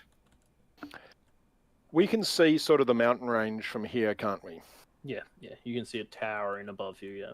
Mug's going to sort of look up the ridge line where it sort of flattens out to a bit of a inaccessible pass, but where it sort of rolls over a little bit, and go, that spot. Let's fly there. I'm going to take you back over to the main map screen so you can have a look at just how big the mountain range actually is. It is quite expansive. In between the two of us, Storm, are you heavier than me? I don't know. I do Have you believe... weighed yourself recently? No. So I do believe Air Genasi weigh less because they are made of air descent. Full of hot wind. Storm would be, apart from probably the twins, probably Storm would be the lightest. Okay, cool. And Mug is probably the second heaviest. Yeah, you're pretty dense. Okay. You said Wow. I'm pretty. So what? It'd be Mug, myself, and Samuel, giant eagles. Yes. So, logistically, it would be Thalai, I make you an eagle. Samantha makes Mug an eagle. Then Samantha runs out of polymorphs. Mug would then have to be carried by Samuel, who was still holding his No, wild Mug shape. doesn't need to be carried. Mug is a eagle now. Yeah, for first hour. We're talking about second hour. For the first hour. Oh, I thought, yeah, because we're only having 1 hour No. tonight, so yeah. Yes, but going forwards, in the next hour, and going forwards, it would be Samuel as a giant eagle carrying both Storm and Mug, and Thalai as a giant eagle carrying Kovac and Samantha, and that can be sustained for another hour. Then we have to stop and rest. I regain a 4th level spell slot from my Arcane Recovery. Then we can do another hour. So consistently, and not taxing anybody, we can feasibly pull off 3 hours of eagle flight a day in that configuration. Samuel, you can't polymorph, can you? Never really tried it, honestly. Suppose I probably could. Because If you can. because that would change things up a bit. Because then Mug would have to be carried. Because I think the second trip would be much harder because the eagles are double. I'm sure with Samantha's help I can probably work it out. Doesn't look that hard. If that's the case, But we're only doing Oh. the one trip. We're only doing the one trip today. This is going to be terrible. why? Mug's going to lose all his charisma. It's going to be the same Oh. charisma as the rest of the party. Oh, that's okay. Oh my god. No, Mug. apart from Storm. Oh yeah, I am actually pretty charismatic. Yeah. So, more efficiently, we can still probably pull off 3 hours. Yeah, because so that would then mean that the first hour has to be Samuel casts polymorph, and then we fly, so that he can maintain his his wild shape. Then once he drops that first one, Samantha casts her polymorph. Then we rest. Samuel drops his polymorph, casts another one. When I do, he wild shapes 3rd hour. Yes, that works and doesn't tax anybody by making a giant eagle have to carry more than one person. So for reference, once Sam has a rest, he'll be able to use polymorph, and he can use it twice. Okay, cool. So he can't use it today.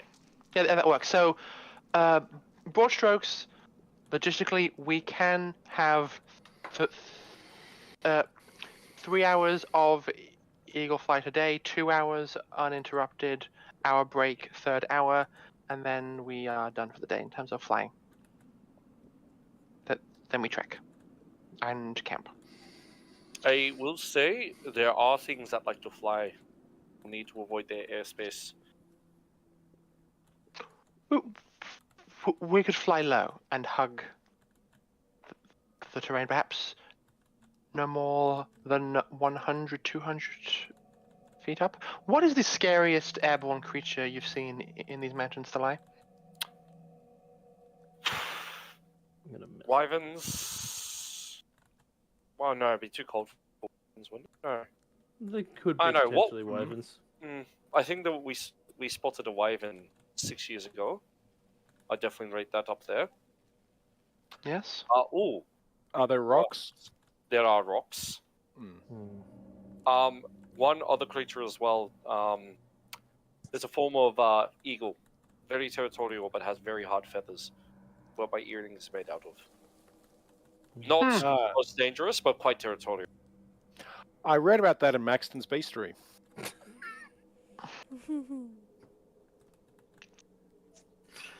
You know what's going to be fantastic is if you go to a library and find a copy of Master's Mystery. Half of Mug's bullshit is shit he overheard in a pub. Some of it may be real. Even he doesn't know. It's a bard thing. Jack of all trades. All right, So, let's yes. let's go flying up the mountain then. Yes. Before we go, Mhm. I feel that there's one important thing we need to, like, when you polymorph, you become the animal, right? Yes. Mind and body. So, how are we going to communicate? We will be. I imagine we would have to defer to Samuel. You would retain your intelligence, correct? Yeah. That's been Okay. mentioned before. I can, and Samuel will do the same trick that Samantha does and talk to you in your mind. I can still talk to you like this. Actually, And I can do telepathy as well. Wait, are all the people who are changing into giant eagles all telepaths? Thalai isn't. not Thalai. So, Ah, could But you? Thalai is probably going to be the leader because he knows where he's going. Yes. oh, but- so if I cast tongues on Thalai.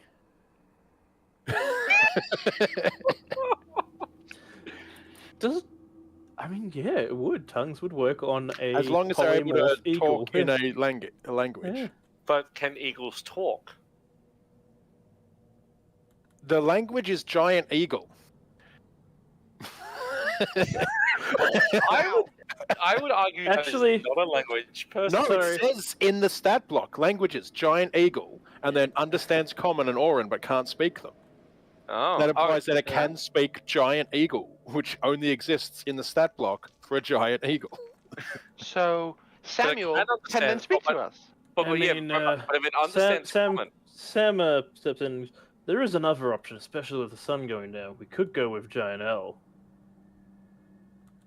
Oh. I have not seen one of those before. I will defer to you to take their shape first, and I will then copy you.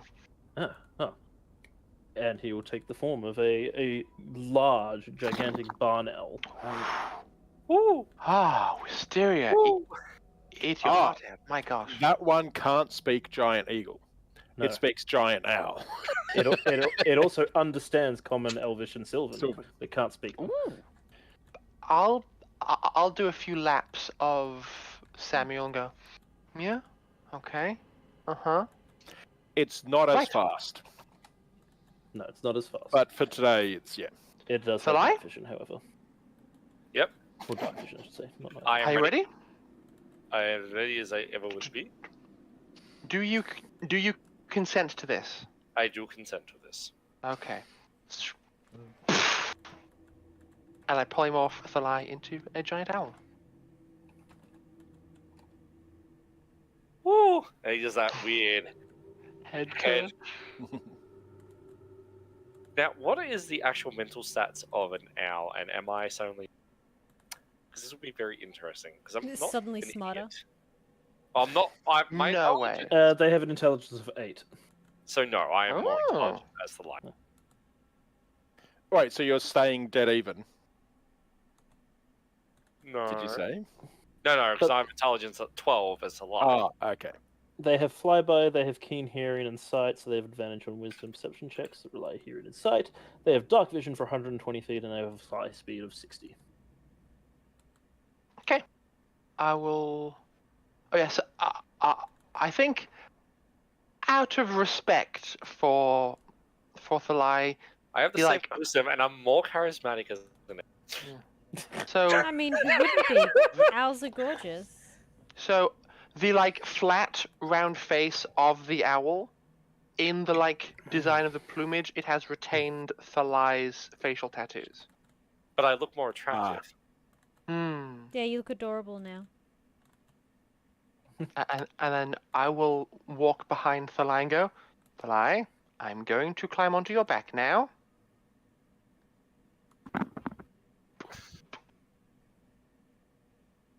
Storm is attempting to make some sort of flower crown out of some debris, like foliage that she's found because she got bored at some point with this conversation.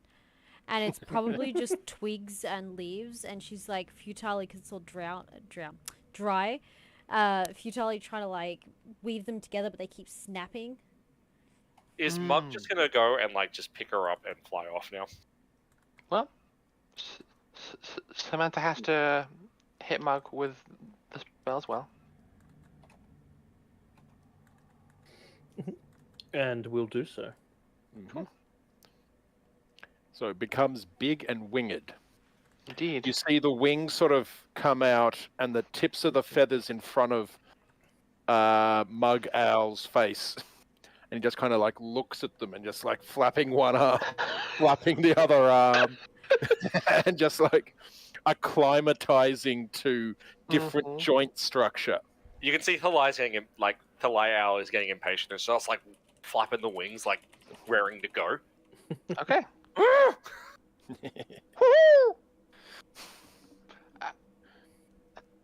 If we're taking off, I will conjure Wisteria, because honestly, she would enjoy this. Not the Would irony. she enjoy it, or would she be terrified though? She can share information with me, so I tell her, we're gonna go for a fly. I've turned my friends into owls, and you're gonna fly along with us. Owls aren't hugely territorial. No. So just like 3 giant owls, one regular one. You get a telepathic message. Kovac gets a telepathic message from Mug saying, "Oh, there was someone else who should have been changed into an owl."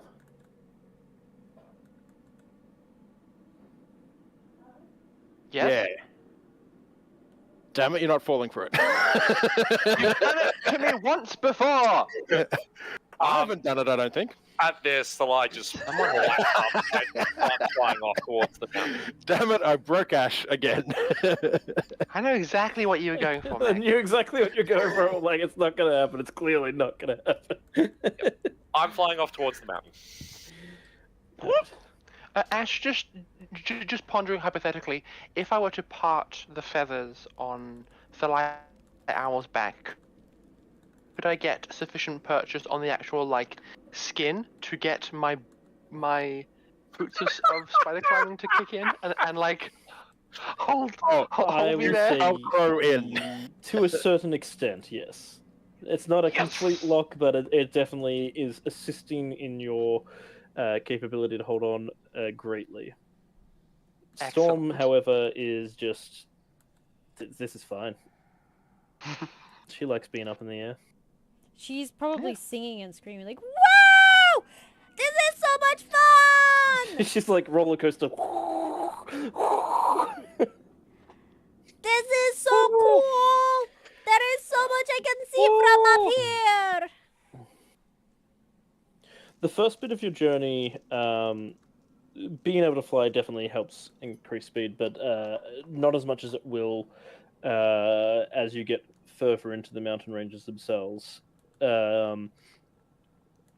As the first bit of the journey is more of a slow incline in the mountain where you can see a switchback path that clearly Thali's tribe has used to trade with the outpost over the years.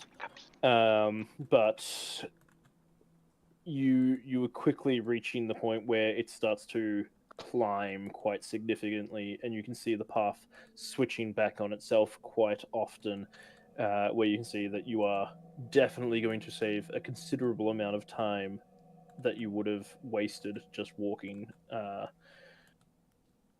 making your way downtown. No, Walking up high fast? actually. No, flying faster. You can get a decent view of the mountains. There is a lot of foliage and trees upon these mountains. The snow on the lower sides are starting to melt away and make it a little bit more visible, but the top peaks are still quite heavily covered in snow. Even from this distance, with your keen eyesight, you're able to make out creatures from a great distance. You can see a few large bird-like creatures off in the distance, quite a significant distance from you, and they do not seem to be taking notice of you, but you can see them circling around an area where you imagine they've probably found something to hunt. Further up the mountain still, you see a large fluffy elephant-like creature, which Thalai immediately recognizes as a mammoth. You get some decent distance in your time before the spells are starting to come to a close, and you will need to find a perch somewhere safe. Thalai, you know these mountains almost like the back of your hand. It's very easy for you to find an area where you think is fairly safe to land for a bit. I'll start diving down towards it. Hmm. But as I'm doing so, I am keeping an eye out for potential dangers. Yeah. The only question I will ask is, are you looking for a lower valley or going straight for a higher perch?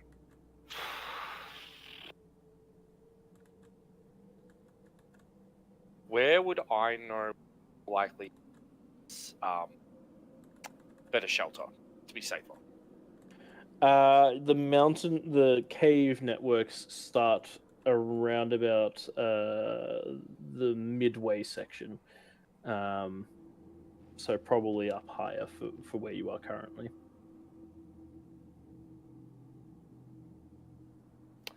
I will aim.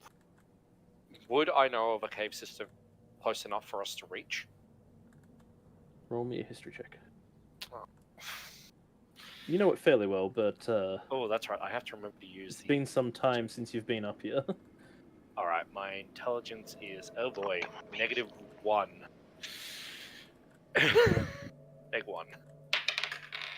-1. That's a total of 18 with a negative. Yeah.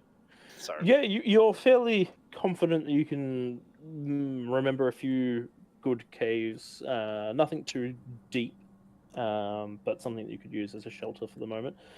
And you're able to direct the party in the localized area for it, and then work out the position from there after swooping around a few times.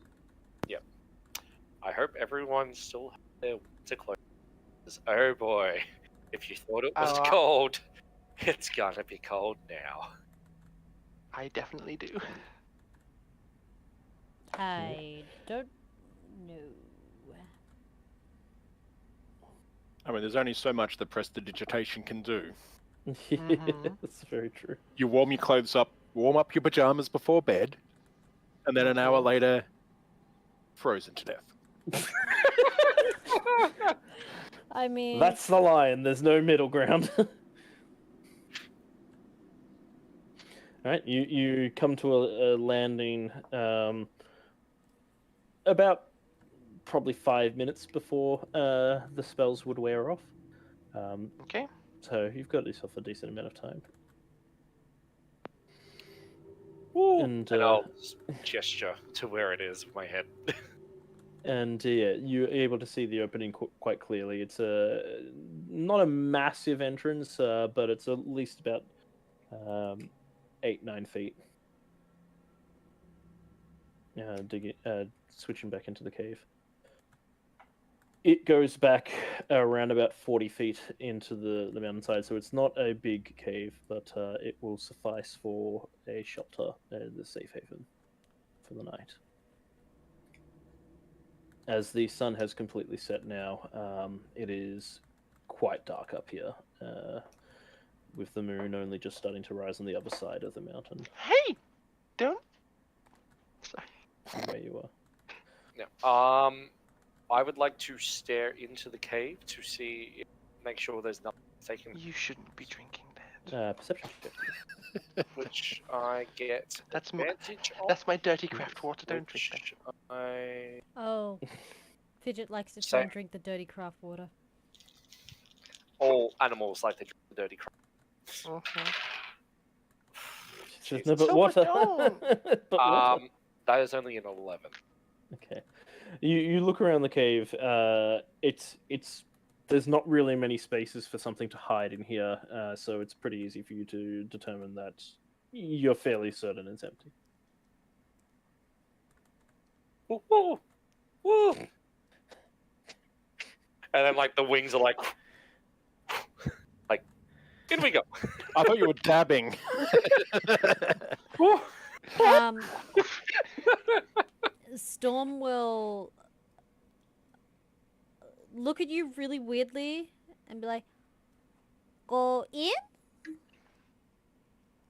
And just staring at her with that big owl stare, like the neck stretching out, looking in, just like And at like peak goofiness of this look, I drop polymorph. Storm's already started assuming that you meant no because you didn't respond. She's like, "Okay, so don't go in. Is not safe, or is there something we need to do before we go in?" Oh, hell, Tolai. Welcome back. in the cave. Why did you not say that in the first place? Okay. He was an owl.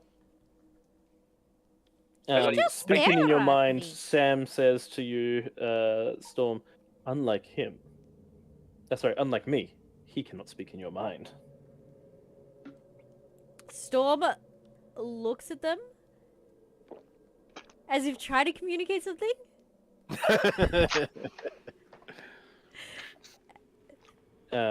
Is going to Nods Sam and is then walks into the cave, and you will never know what she was trying to communicate.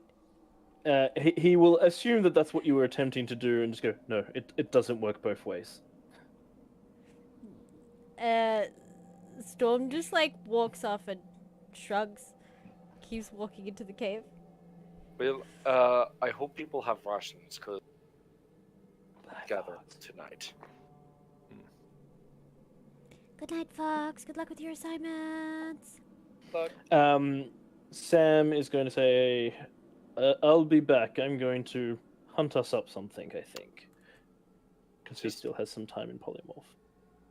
Just be careful.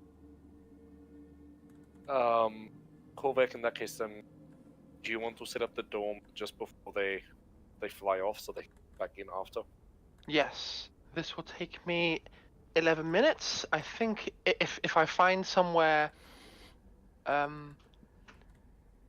near to the mouth, I can more or less cut off the outside winds and make the dome itself warm, but the surplus space behind not reachable by the outside air. So if the You're mouth of plugging it the is mouth. You're plugging the mouth with the dome. yes. So if we need overflow space, there's somewhere that's more bearable than out there. And the dome is going to be blocking any chill or wind from coming in from the outside, just in case. So yes, I'll do some quick maths and try and find a good position, and then I will. It won't stop chill, will it? Well, if things can't if it's physically blocking any cold air from getting in. What, air can't get in? Oh, that could just kill us. Yeah, okay. Yeah. Perhaps you want You wouldn't be able to fully block off the entrance, but you would be able to block off wind chill from coming in. That's the goal. At least a good portion of it. Might cause problems if you decide to light a fire on that side of the dome for ventilation of smoke coming out. But that's We won't do that. I will spend 11 minutes, and I will ritual cast the dome. While you're doing that, I'm repeatedly casting prestidigitation on a rock. and you're sitting on the. Just to heat it up. Right. Once the dome hits, cover goes right. So the dome, I've made the exterior opaque, and it matches the most prevalent color in the stone around us. The interior is nice and comfortable. There is low interior lighting, and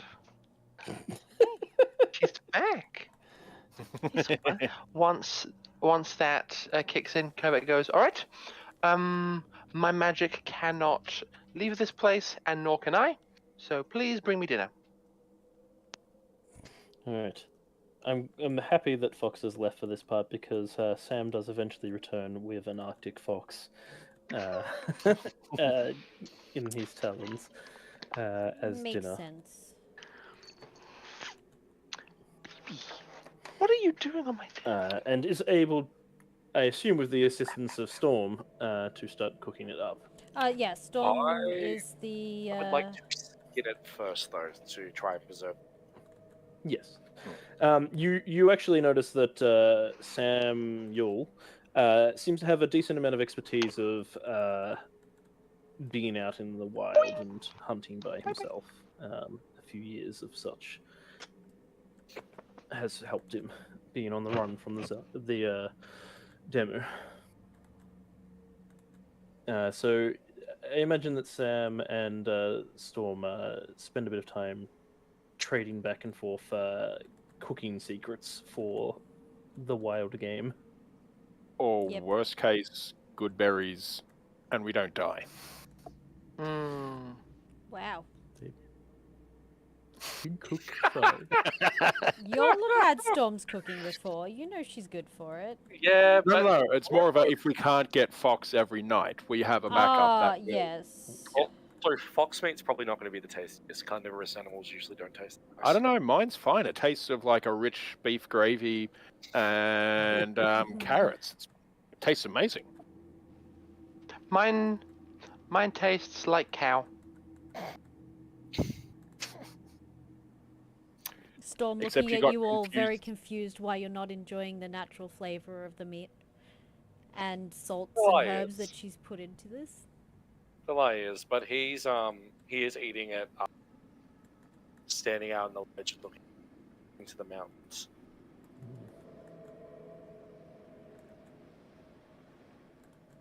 Alright. So, Thalai, Duh. it's not that common to meet Goliaths, and please don't take this the wrong way, but I don't know if you're representative of your people. So, if we do meet up with others of your tribe, what should we do and shouldn't we do? Well, Like, we don't want to cause trouble.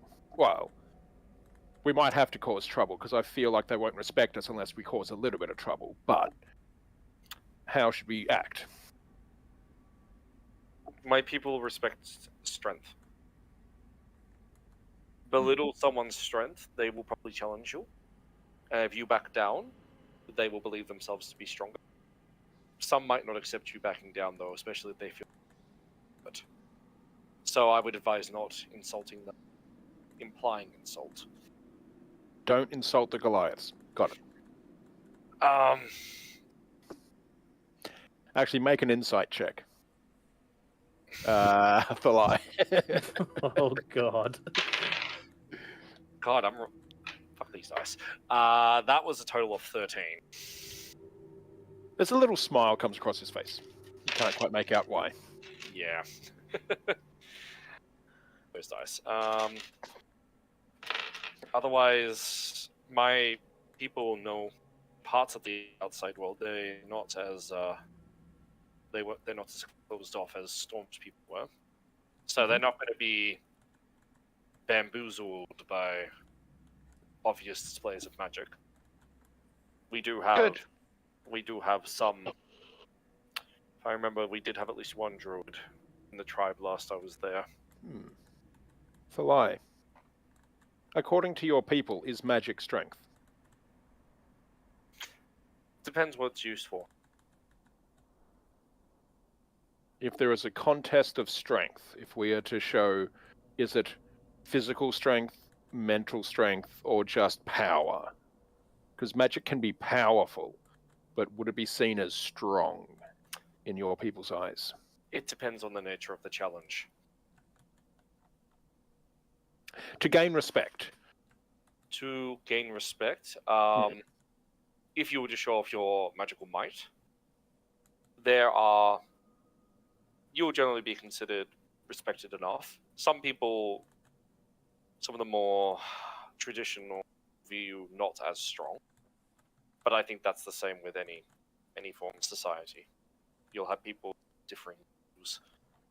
But in general respect, showing off your magic, if necessary, we could. But while we respect strength, we also don't. We're not necessarily boastful about it. So if you're too flashy, too obnoxious about it, then you're kind of gone too far away.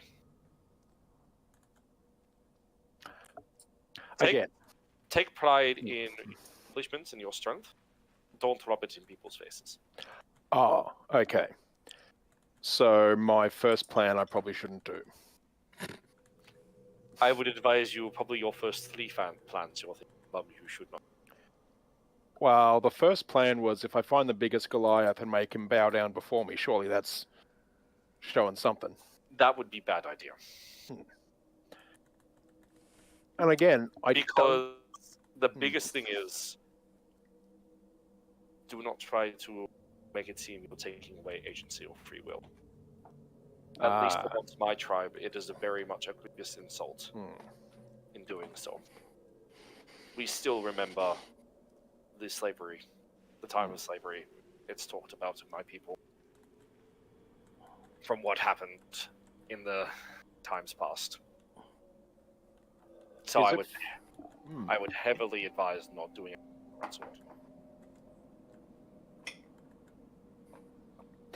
So again, because I don't know if you're representative of your people, do your people have a sense of humor?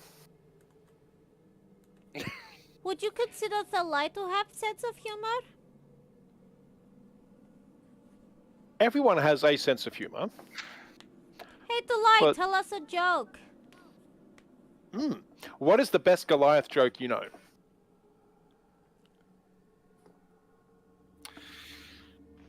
Mug's heard a good one. And Kovic is taking notes. How many Goliaths does it take to change a light bulb? What's a light bulb? I was about to ask what the fuck's it like. Is it a I magic don't know. item? I was never really one of the storytellers. The speech makers was never really part of them. I never really made jokes. I never really. But did they make people laugh? Oh, of course. Of course, we find humor. We find humor in many things. One that I will say now that some of you will definitely find hard to stomach. You might see people in my tribe that look like they need help, but if they do not get help, they will perish. Do not offer them. That is insulting them. Oh, okay. This is not the joke, right? No, this is Right, this yeah. is That is barbaric. our society is strong because our people are strong. But that is If you cannot keep up, not then even you will animals perish. in groups do this. I never said it is right. It is something I've been challenged with many times in my tribe. And I do not personally know if I can say it for myself, but it is the dominant of my tribe. I Okay. don't like it. Gotcha. So Don't get caught helping people. Gotcha. no, don't. If they do not ask for your help, do not offer it. Gotcha. Turn invisible and don't be seen helping people.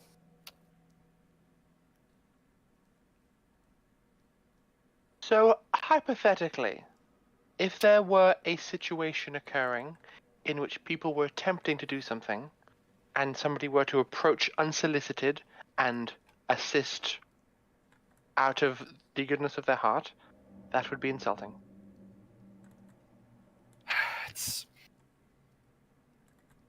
It's hard. I'm specifically talking about if you see someone that is injured and can't keep up with someone who is sick and will die during the time. Someone So, who's blind that needs assistance to see. These so are the not, These are the people you cannot help. so not. There is someone collecting firewood and is struggling to move That's a different because large then log. you are working together for the sake of community. No, that's different. But if you see someone who is weaker than others, struggling to keep up, offering them assistance is one of the biggest insults you can face. Hmm. They will either persevere through their own strength, or they will fall behind and perish. So, in terms of keep up, you mean as you are nomadic? Yes, Ah, see. it is very common for the greater good of the tribe that Goliaths who are older and that kind of pace choose to wander off at night and do not return. I don't like it. Are they mourned? They are remembered, and they are cherished, of course. And we are also grateful at the same time, especially in times of toughness, that we know that they chose to sacrifice themselves to keep society strong. Hmm. So, I don't. So if you saw someone who was beginning to struggle and fall behind, and they weren't there in the morning, you assume Yes. that this has happened? Would they Yes. warn anyone, their family, their friends? Basically, to get to that point, the tribe knows. The I family see. group would know by that point. Hmm. It's how my grandfather chose to go out. We were migrating from winter camp to our summer spots. He fell behind and never joined up by that nightfall. I see. I remember and cherish him, of course. As did my mother, as my father, he passed away.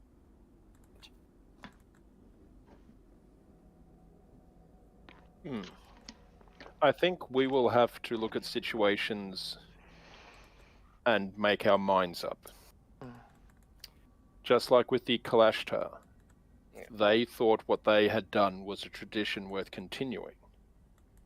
They thought they were doing good under the guise of this is how it had always been done. We judged them based on their actions they had done as well as their intents.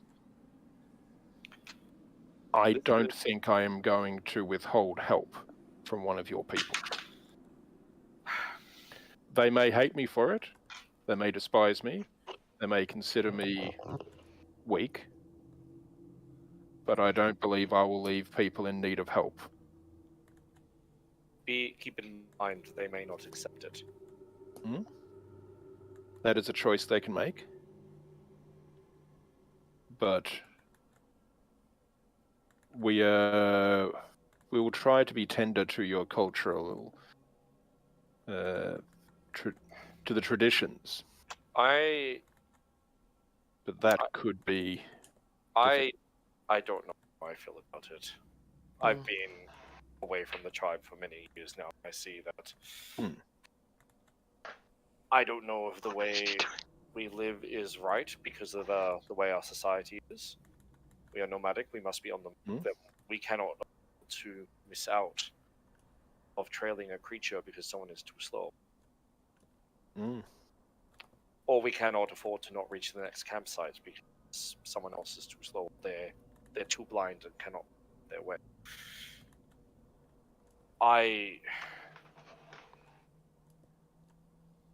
It's hard because I can't compare that to any other society away from my tribe. But at the same time, But you I've saw been- how my people live. your people are in a environment that is not as harsh. No. Your lands are fertile. Your fish are abundant. Your climate is tame. It is a much gentler place.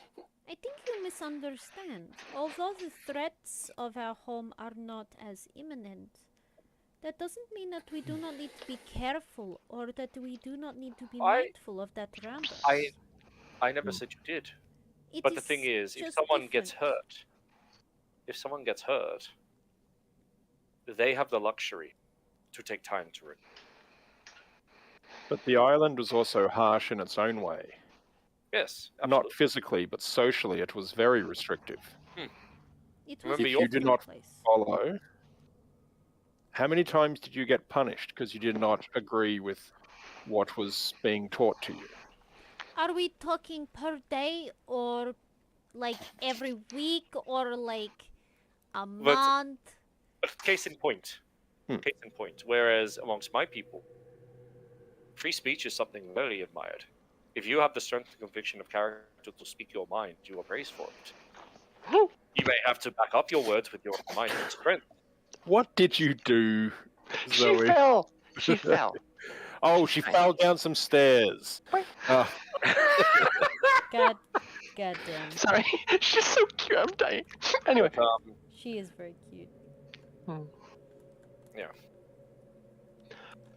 what are the maternal or paternal implications as a herd if a parent is injured and can't keep up? Is it left to the rest of the herd to care for their sire? Yes, where we would not let the child suffer the unfortunate circumstance of their parent.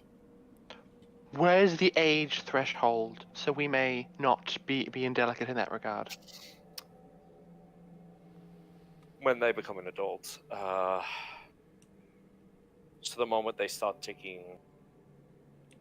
going through initiation, adulthood, they start partaking in the dangerous hunts, or perhaps if they are enlisted with the druid, perhaps starting to learn the mysteries. I always thought it was something like if they can punch out a cow, then they're suddenly an adult. I mean, you're not too far from the truth, honestly. So, would there be any obvious visual indication of that? You said in initiation. Would tattoos be?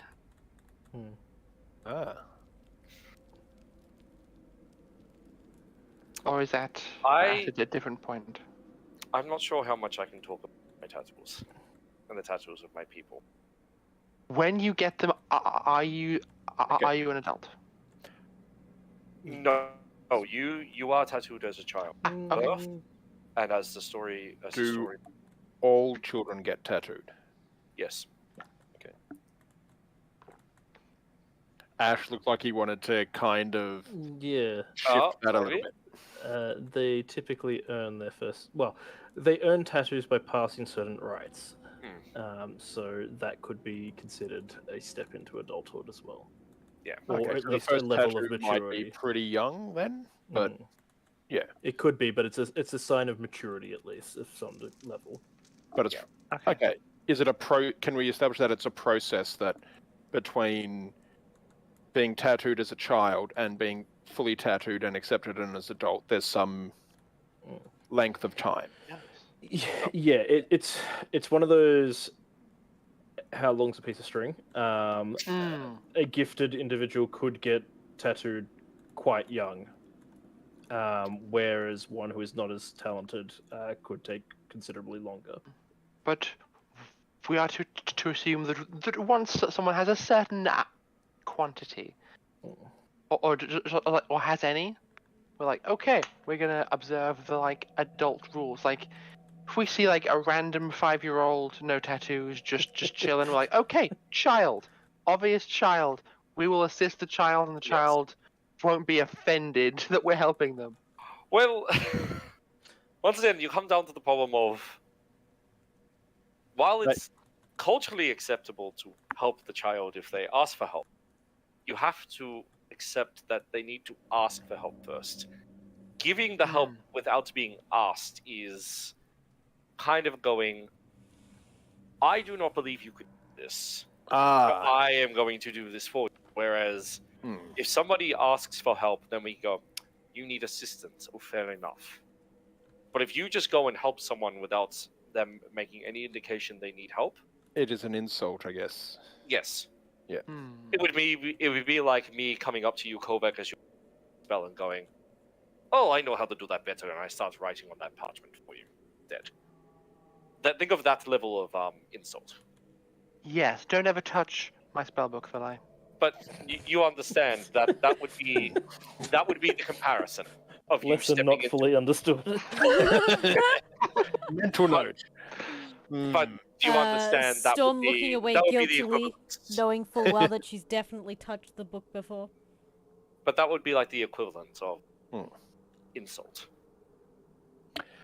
How are insults dealt with? Well, if someone is insulted, they usually either ask you to take it back, and if you refuse to take it back, they may challenge you. So once again, you are free to say what you want, but if you're not willing to back your words with strength, that will be a problem. Then, obviously, your words mean nothing. So if you insult someone, and they challenge you to take it back, if you back away from that challenge, then your words were empty. Your insult was nothing. But if you beat them they challenge you and you accept it, beat them, well then clearly your words were true. What if you accept the challenge and lose? Is that the same as rescinding from the challenge? Then once again, you were not strong enough to back it. I see. I would assume But it isn't as frowned upon, because obviously if you're throwing insults to everybody and keeping backing down, you're not going to be looked as favorably upon as someone who might say something and then lose the fight. At least someone go, at least you attempted to back your words. I see. How common are your size-altering abilities among your people?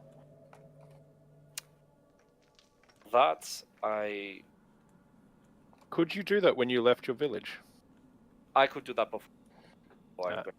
Yeah, so that's all I will tell you. There is certain rights I'm not to speak of. And the most important cultural, anthropological question: we're allowed to sleep with pants on in your village, right? Yes. Yes, absolutely. I find the climate is too warm off the mountains, hence why I sleep without clothes, but it is definitely a necessity up here. Yes. So I just one more question. As I am endeavoring to be more culturally sensitive, you have stated on numerous occasions that there are certain cultural and magical practices that are safeguarded. I will be entirely honest. I was able to piece together part of my enlarge reduce spell by observing you. Would me attempting to gain a deeper understanding of other aspects of your culture's guarded magical secrets be not well received? It's my people believe that some of our students of our tribe, and as far as I'm aware, we're not the only Goliath tribe with similar abilities. Hmm? We believe we have the independence we have because of the strength. If that makes I sense. see. There So are should- many. Hmm. There's many So- parallels to Orc society, Hmm. except So yeah. our strengths being laid bare so others can know them and then exploit them would not be something that would be very well thought of. Also, how do you learn someone's ability without insulting them? If you go, I can do that too, you're either saying, I can do that better, or I'm doing a pale copy of yours. Hmm. You You come know down what I mean? Like, if you're better than them, it's insulting. If you're worse than them, it's insulting. If you're just as good as them, it's a challenge. And they're going to beat your ass. well, And that's insulting. not necessarily get beaten, but you do come to the clocks. We are proud in the abilities that we have, and it's very hard to go, I am good at this, because somebody else who's also good then might go, well, I don't think you're as good as me. And it's very, very common. Not necessarily friendly, but I wouldn't say hostile challenges to spring up from this. It makes my people very competitive. Okay, you know what? I'm going to treat your people kind of like I act when I was living with the monastery. Just don't show my hand. Mm. It is confusing, so I will keep to myself. I do not understand it. It seems very unfriendly. But I will keep my reservations for a time when we are there and I see will what say I can see. Because it my feels like the monastery, and I don't like it. my people aren't exactly your values, but at the same time, most of our interactions with outsiders either are Xel'nari, independent traders like from the Kalashta and tonight, or the most recent one that we can know is when the dwarves of this mountain tried to kick us off our migratory paths because there were certain minerals in our lands that they wanted to exploit. So my people are very. You can understand why it's a bit tricky about how it's a very polarizing people they've been It- exposed to. Doesn't make it okay. Alright. But you respected my people, and I will respect yours. And I will do my best to understand, but it feels wrong.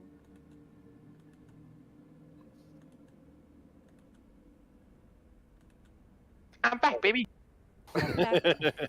As I said, there are many aspects of my society I don't how I feel about anymore, as I've now been exposed to. But I'm just being honest about what you may expect. Of course. Mug, treat them like big orc. You know what? I did notice when learning our history lessons, the Orcish tribes, that there were quite a few similarities. Yes. Mug, know how to treat orc. Yeah, generally Mug how good, you. Mug awesome. Yeah, I was gonna say generally how you people would mostly serve you quite well. And I have 3 years of putting my foot in my mouth when you were originally training in the Xel'nari of my own cultural faux pas. I will endeavor to learn from the mistakes that I made with you Yes, early in our training. you were very quick to realize that you should necessarily question what I was saying in the manner that you were going by. You learned very quickly it was not a good idea. Thankfully, I Yes. also learned my reaction was a bit Kovac, out of proportion. you need to learn one more important thing. Yes. How to punch a Goliath in the face. Oh, can I teach you how to punch things? I can punch any of you, just not in the face. Okay, punch me right now. No. Okay, I use my telekinetic shove to push her back 5 feet. It doesn't have the same impact. Does it actually hit me though? You have to make a strength saving throw. Not good at this. DC 16.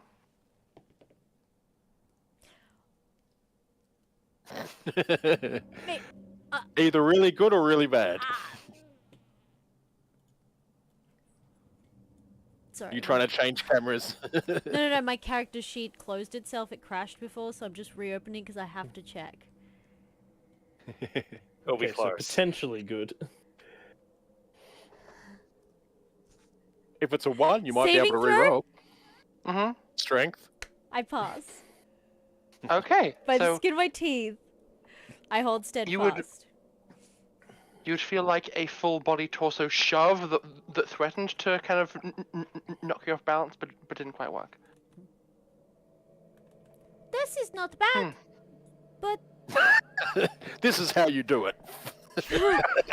I mean, I could, but it does a little too much damage. We learned that the hard Oh way. yeah, 3d10.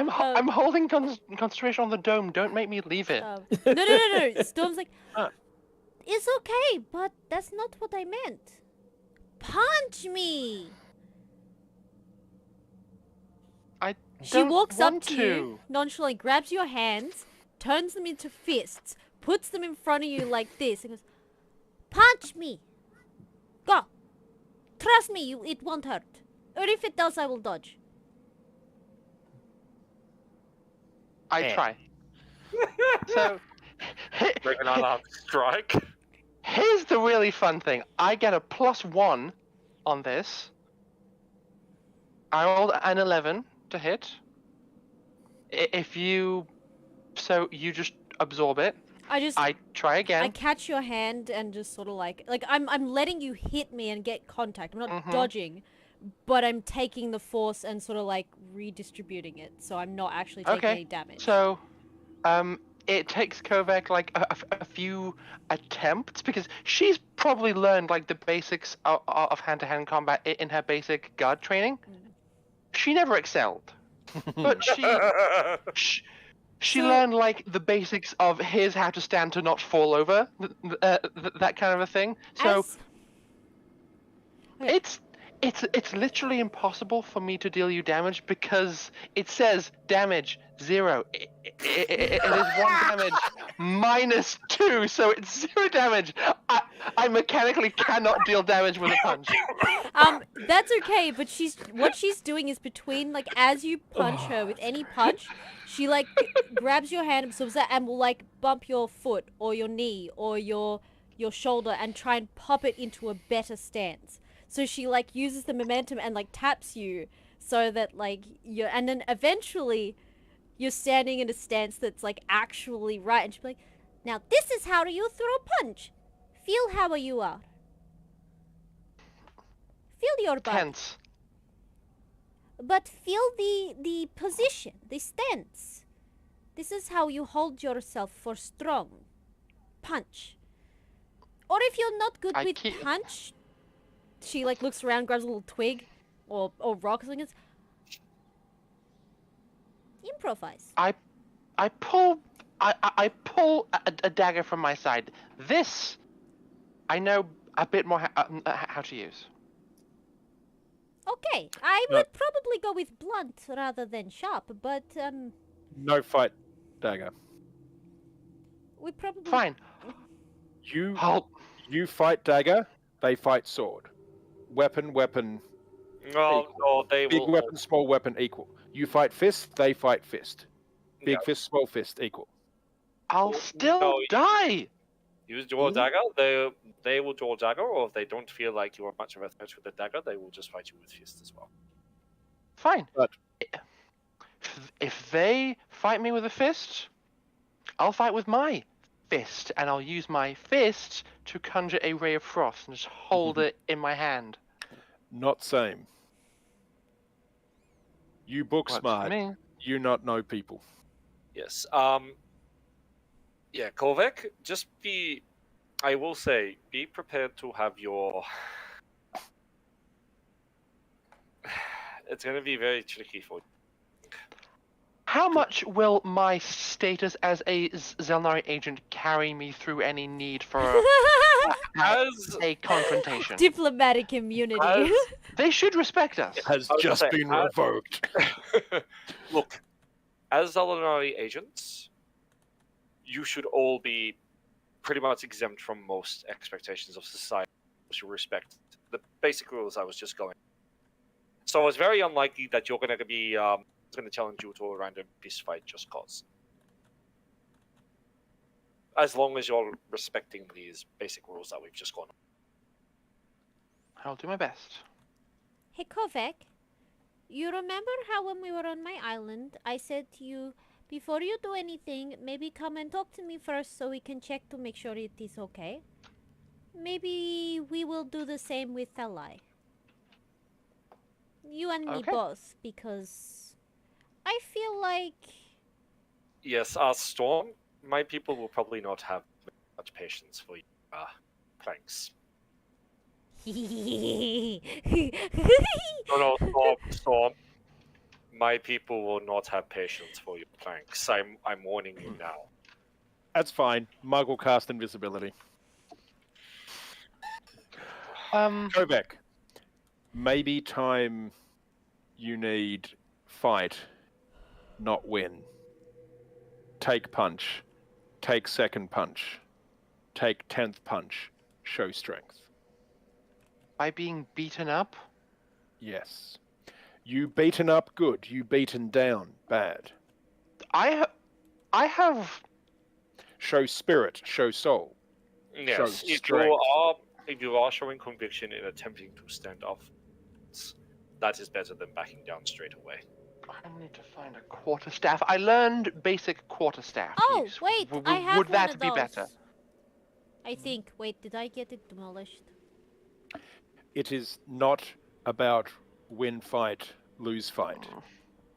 Show spirit. Show Mug's already getting back into his orc persona. show conviction, show spirit. I and- can do that with magic. But that's the problem. Remember what they challenge you. I grow weary of being told that my strengths are not sufficient. Mug have way described. Let's say magic lesson. You need to task put in front of magic student. Move rock. That is quite simple. Student comes up, picks up rock, moves it. That does not make lesson. That's because the point of the lesson was to do it by magic. No. Point lesson, move rock. You Ask, framed it move rock. as a magic lesson. How you do, important. as important as what do. You need show, not just do. It is like when very early on we did those arithmetic lessons where you put down answer and Xel'nari teacher said she did not show method of how you got answer. Yes. Children have to show their method. I am an adult. I can do it in my head. Yes, but You not Here's the adult, thing. you child amongst big people. no, he is not child. She? He is outsider. Sorry, she's outsider. Apologies, Kovac. Yep, apologies. So- I accept your But apology. you still need you are- show that you worth. Yes. And I will do that my way, not by punching. Okay? Give Mug head up, so Mug make apology. I've learned the lessons of Thalai. I should not need to have any confrontations. If I do, I will handle them my way, using the guidelines from Thalai. If I get punched in the face, I will be displeased. So be it. We have a job to do. I will do my best to do it. If I am going to be killed, I will fireball them. It should not get that far. Death will not be the outcome for these challenges. Good. Only the most heinous of insults lead to death. Very rare. Or if anything like orc culture, siblings. Actually, no. Siblings are made to make sure they respect. Oh, when Great. siblings fight hard. Oh yes, they will fight hard, but extra care is taken upon to make sure they do each other. Oh, that not same orc. Yes, I gathered. Hmm. Anyway, it's getting late. We Yeah. should rest and take watch. I'll take first watch. Fair. I'm still a bit confused about your comment about arithmetic. I genuinely don't understand why you wouldn't simply just do it in your head. It's quite simple. It's because the people observing you need to Ah. understand how you got there. You bring good Because point. otherwise, did you cheat? When I was learning at age 12, yes, I proved to those academics, but I'm But- already here. But my people weren't there, were they? Fine, I will show my working to the Goliaths. Fine. It's, I just pictured you getting into a fist fight and just going polymorph, bear, slap, slap, slap, slap, slap. Honestly, feel like that's a legitimate tactic, but you know. If we see any those flippin' Oh, change into polar bear. Yeah. mammoths up close, I'll choose one of those. Turn into a mammoth and just trample them. Oh, is someone going to punch the horse out of you again? Punch the elf out of the horse! Oh Can I man, do that's mammoth? a throwback. I can do You mammoth! can, yes. It's a challenge 5. Heck yes. you know what? I speaking of mammoth, I do really have a craving for meat, but we don't have 120 time to do a hunt for mammoth. It's a shame. Mammoth Especially as it's probably going to be a flyby fireballing. Hunt it, cook it, drag it off into the night. Just mammoth meat is quite nice, and plus all the materials you can get off is very useful. Away from the ivory to the brain Right. matter, the bones. So we are heading to bed. Yes. Get a bed down. When I dream of mammoth. Alright, we will end the session there for tonight, as it is getting fairly late. Okay. Oh damn, it is. Damn, that session ended way quicker than. Alright. We can. And we will pick Mo- up with potentially finding civilized tribe next week. It's gonna. And before we go, can we just take a moment to appreciate how messed up Oddie's going to be trying to interpret what the memes say? Oh yeah.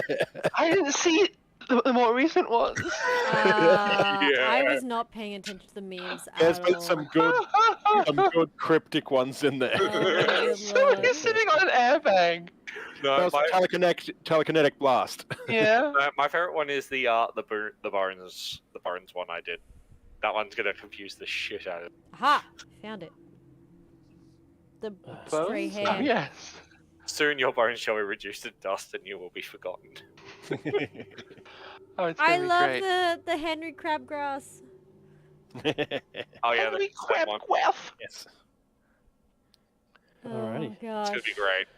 So thank you all for joining us. We will raid shortly, but we need to first work out who we're raiding, and second of all, we'll be back next week to continue on the story. But also on Tuesday, we'll be continuing our Stars Without Number campaign, run by the lovely Zoe, who is below right at Hi. the bottom. Yes. Oh my golly gosh, you guys! It was a very silly session in part last week. Lockie made a new friend who gorged themselves on vast quantities of meat and metal and pooped out crystals that can phase through. Can phase through solid matter. Yes, that's where we are in the point of our sci-fi game. They are in the company of. Jumped the space shark.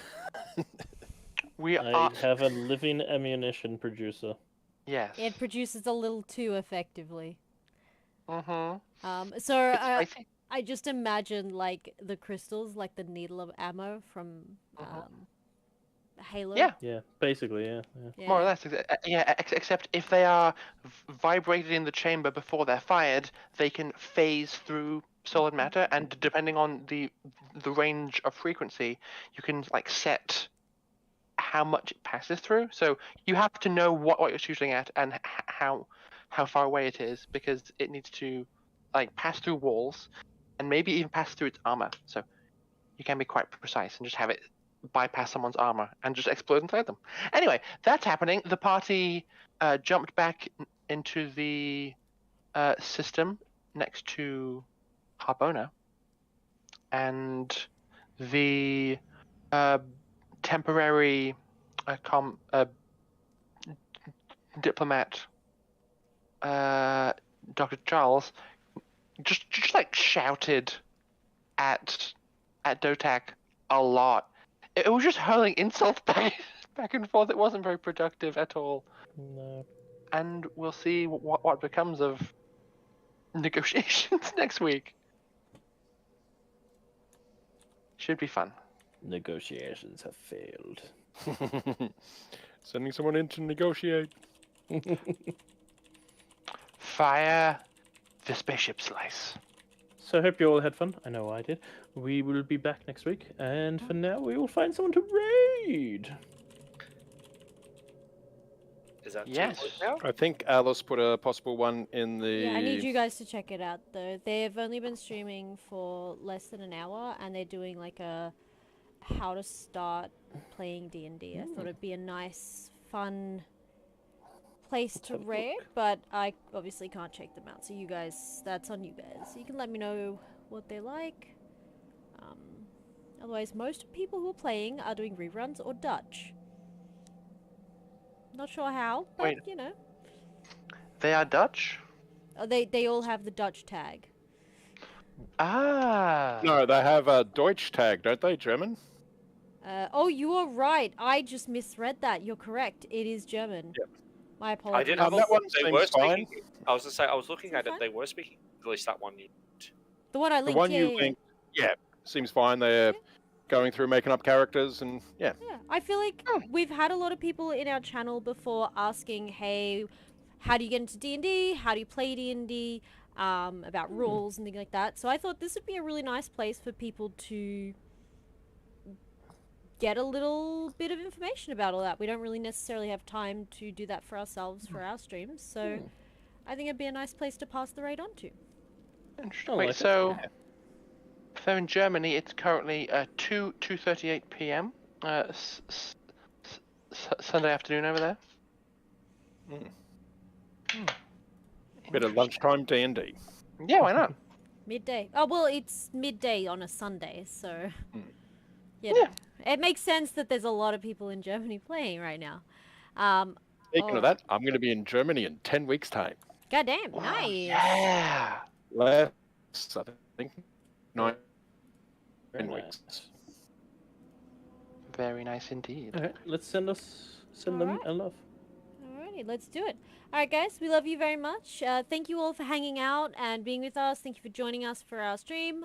Our next one will be Tuesday night if you are in the Australian time zone. Otherwise, it'll probably be Monday morning. And yeah, that's about it. We're going to read these guys, so I'm going to pop us over to the end screen. Let the credits roll for a little bit while we start the raid up, and get yourselves ready and give them all our love, and I hope you have a good time over there. Thank you all for joining, and we'll catch you in the next stream. Toodaloo, folks. Bye bye. Bye. Yay.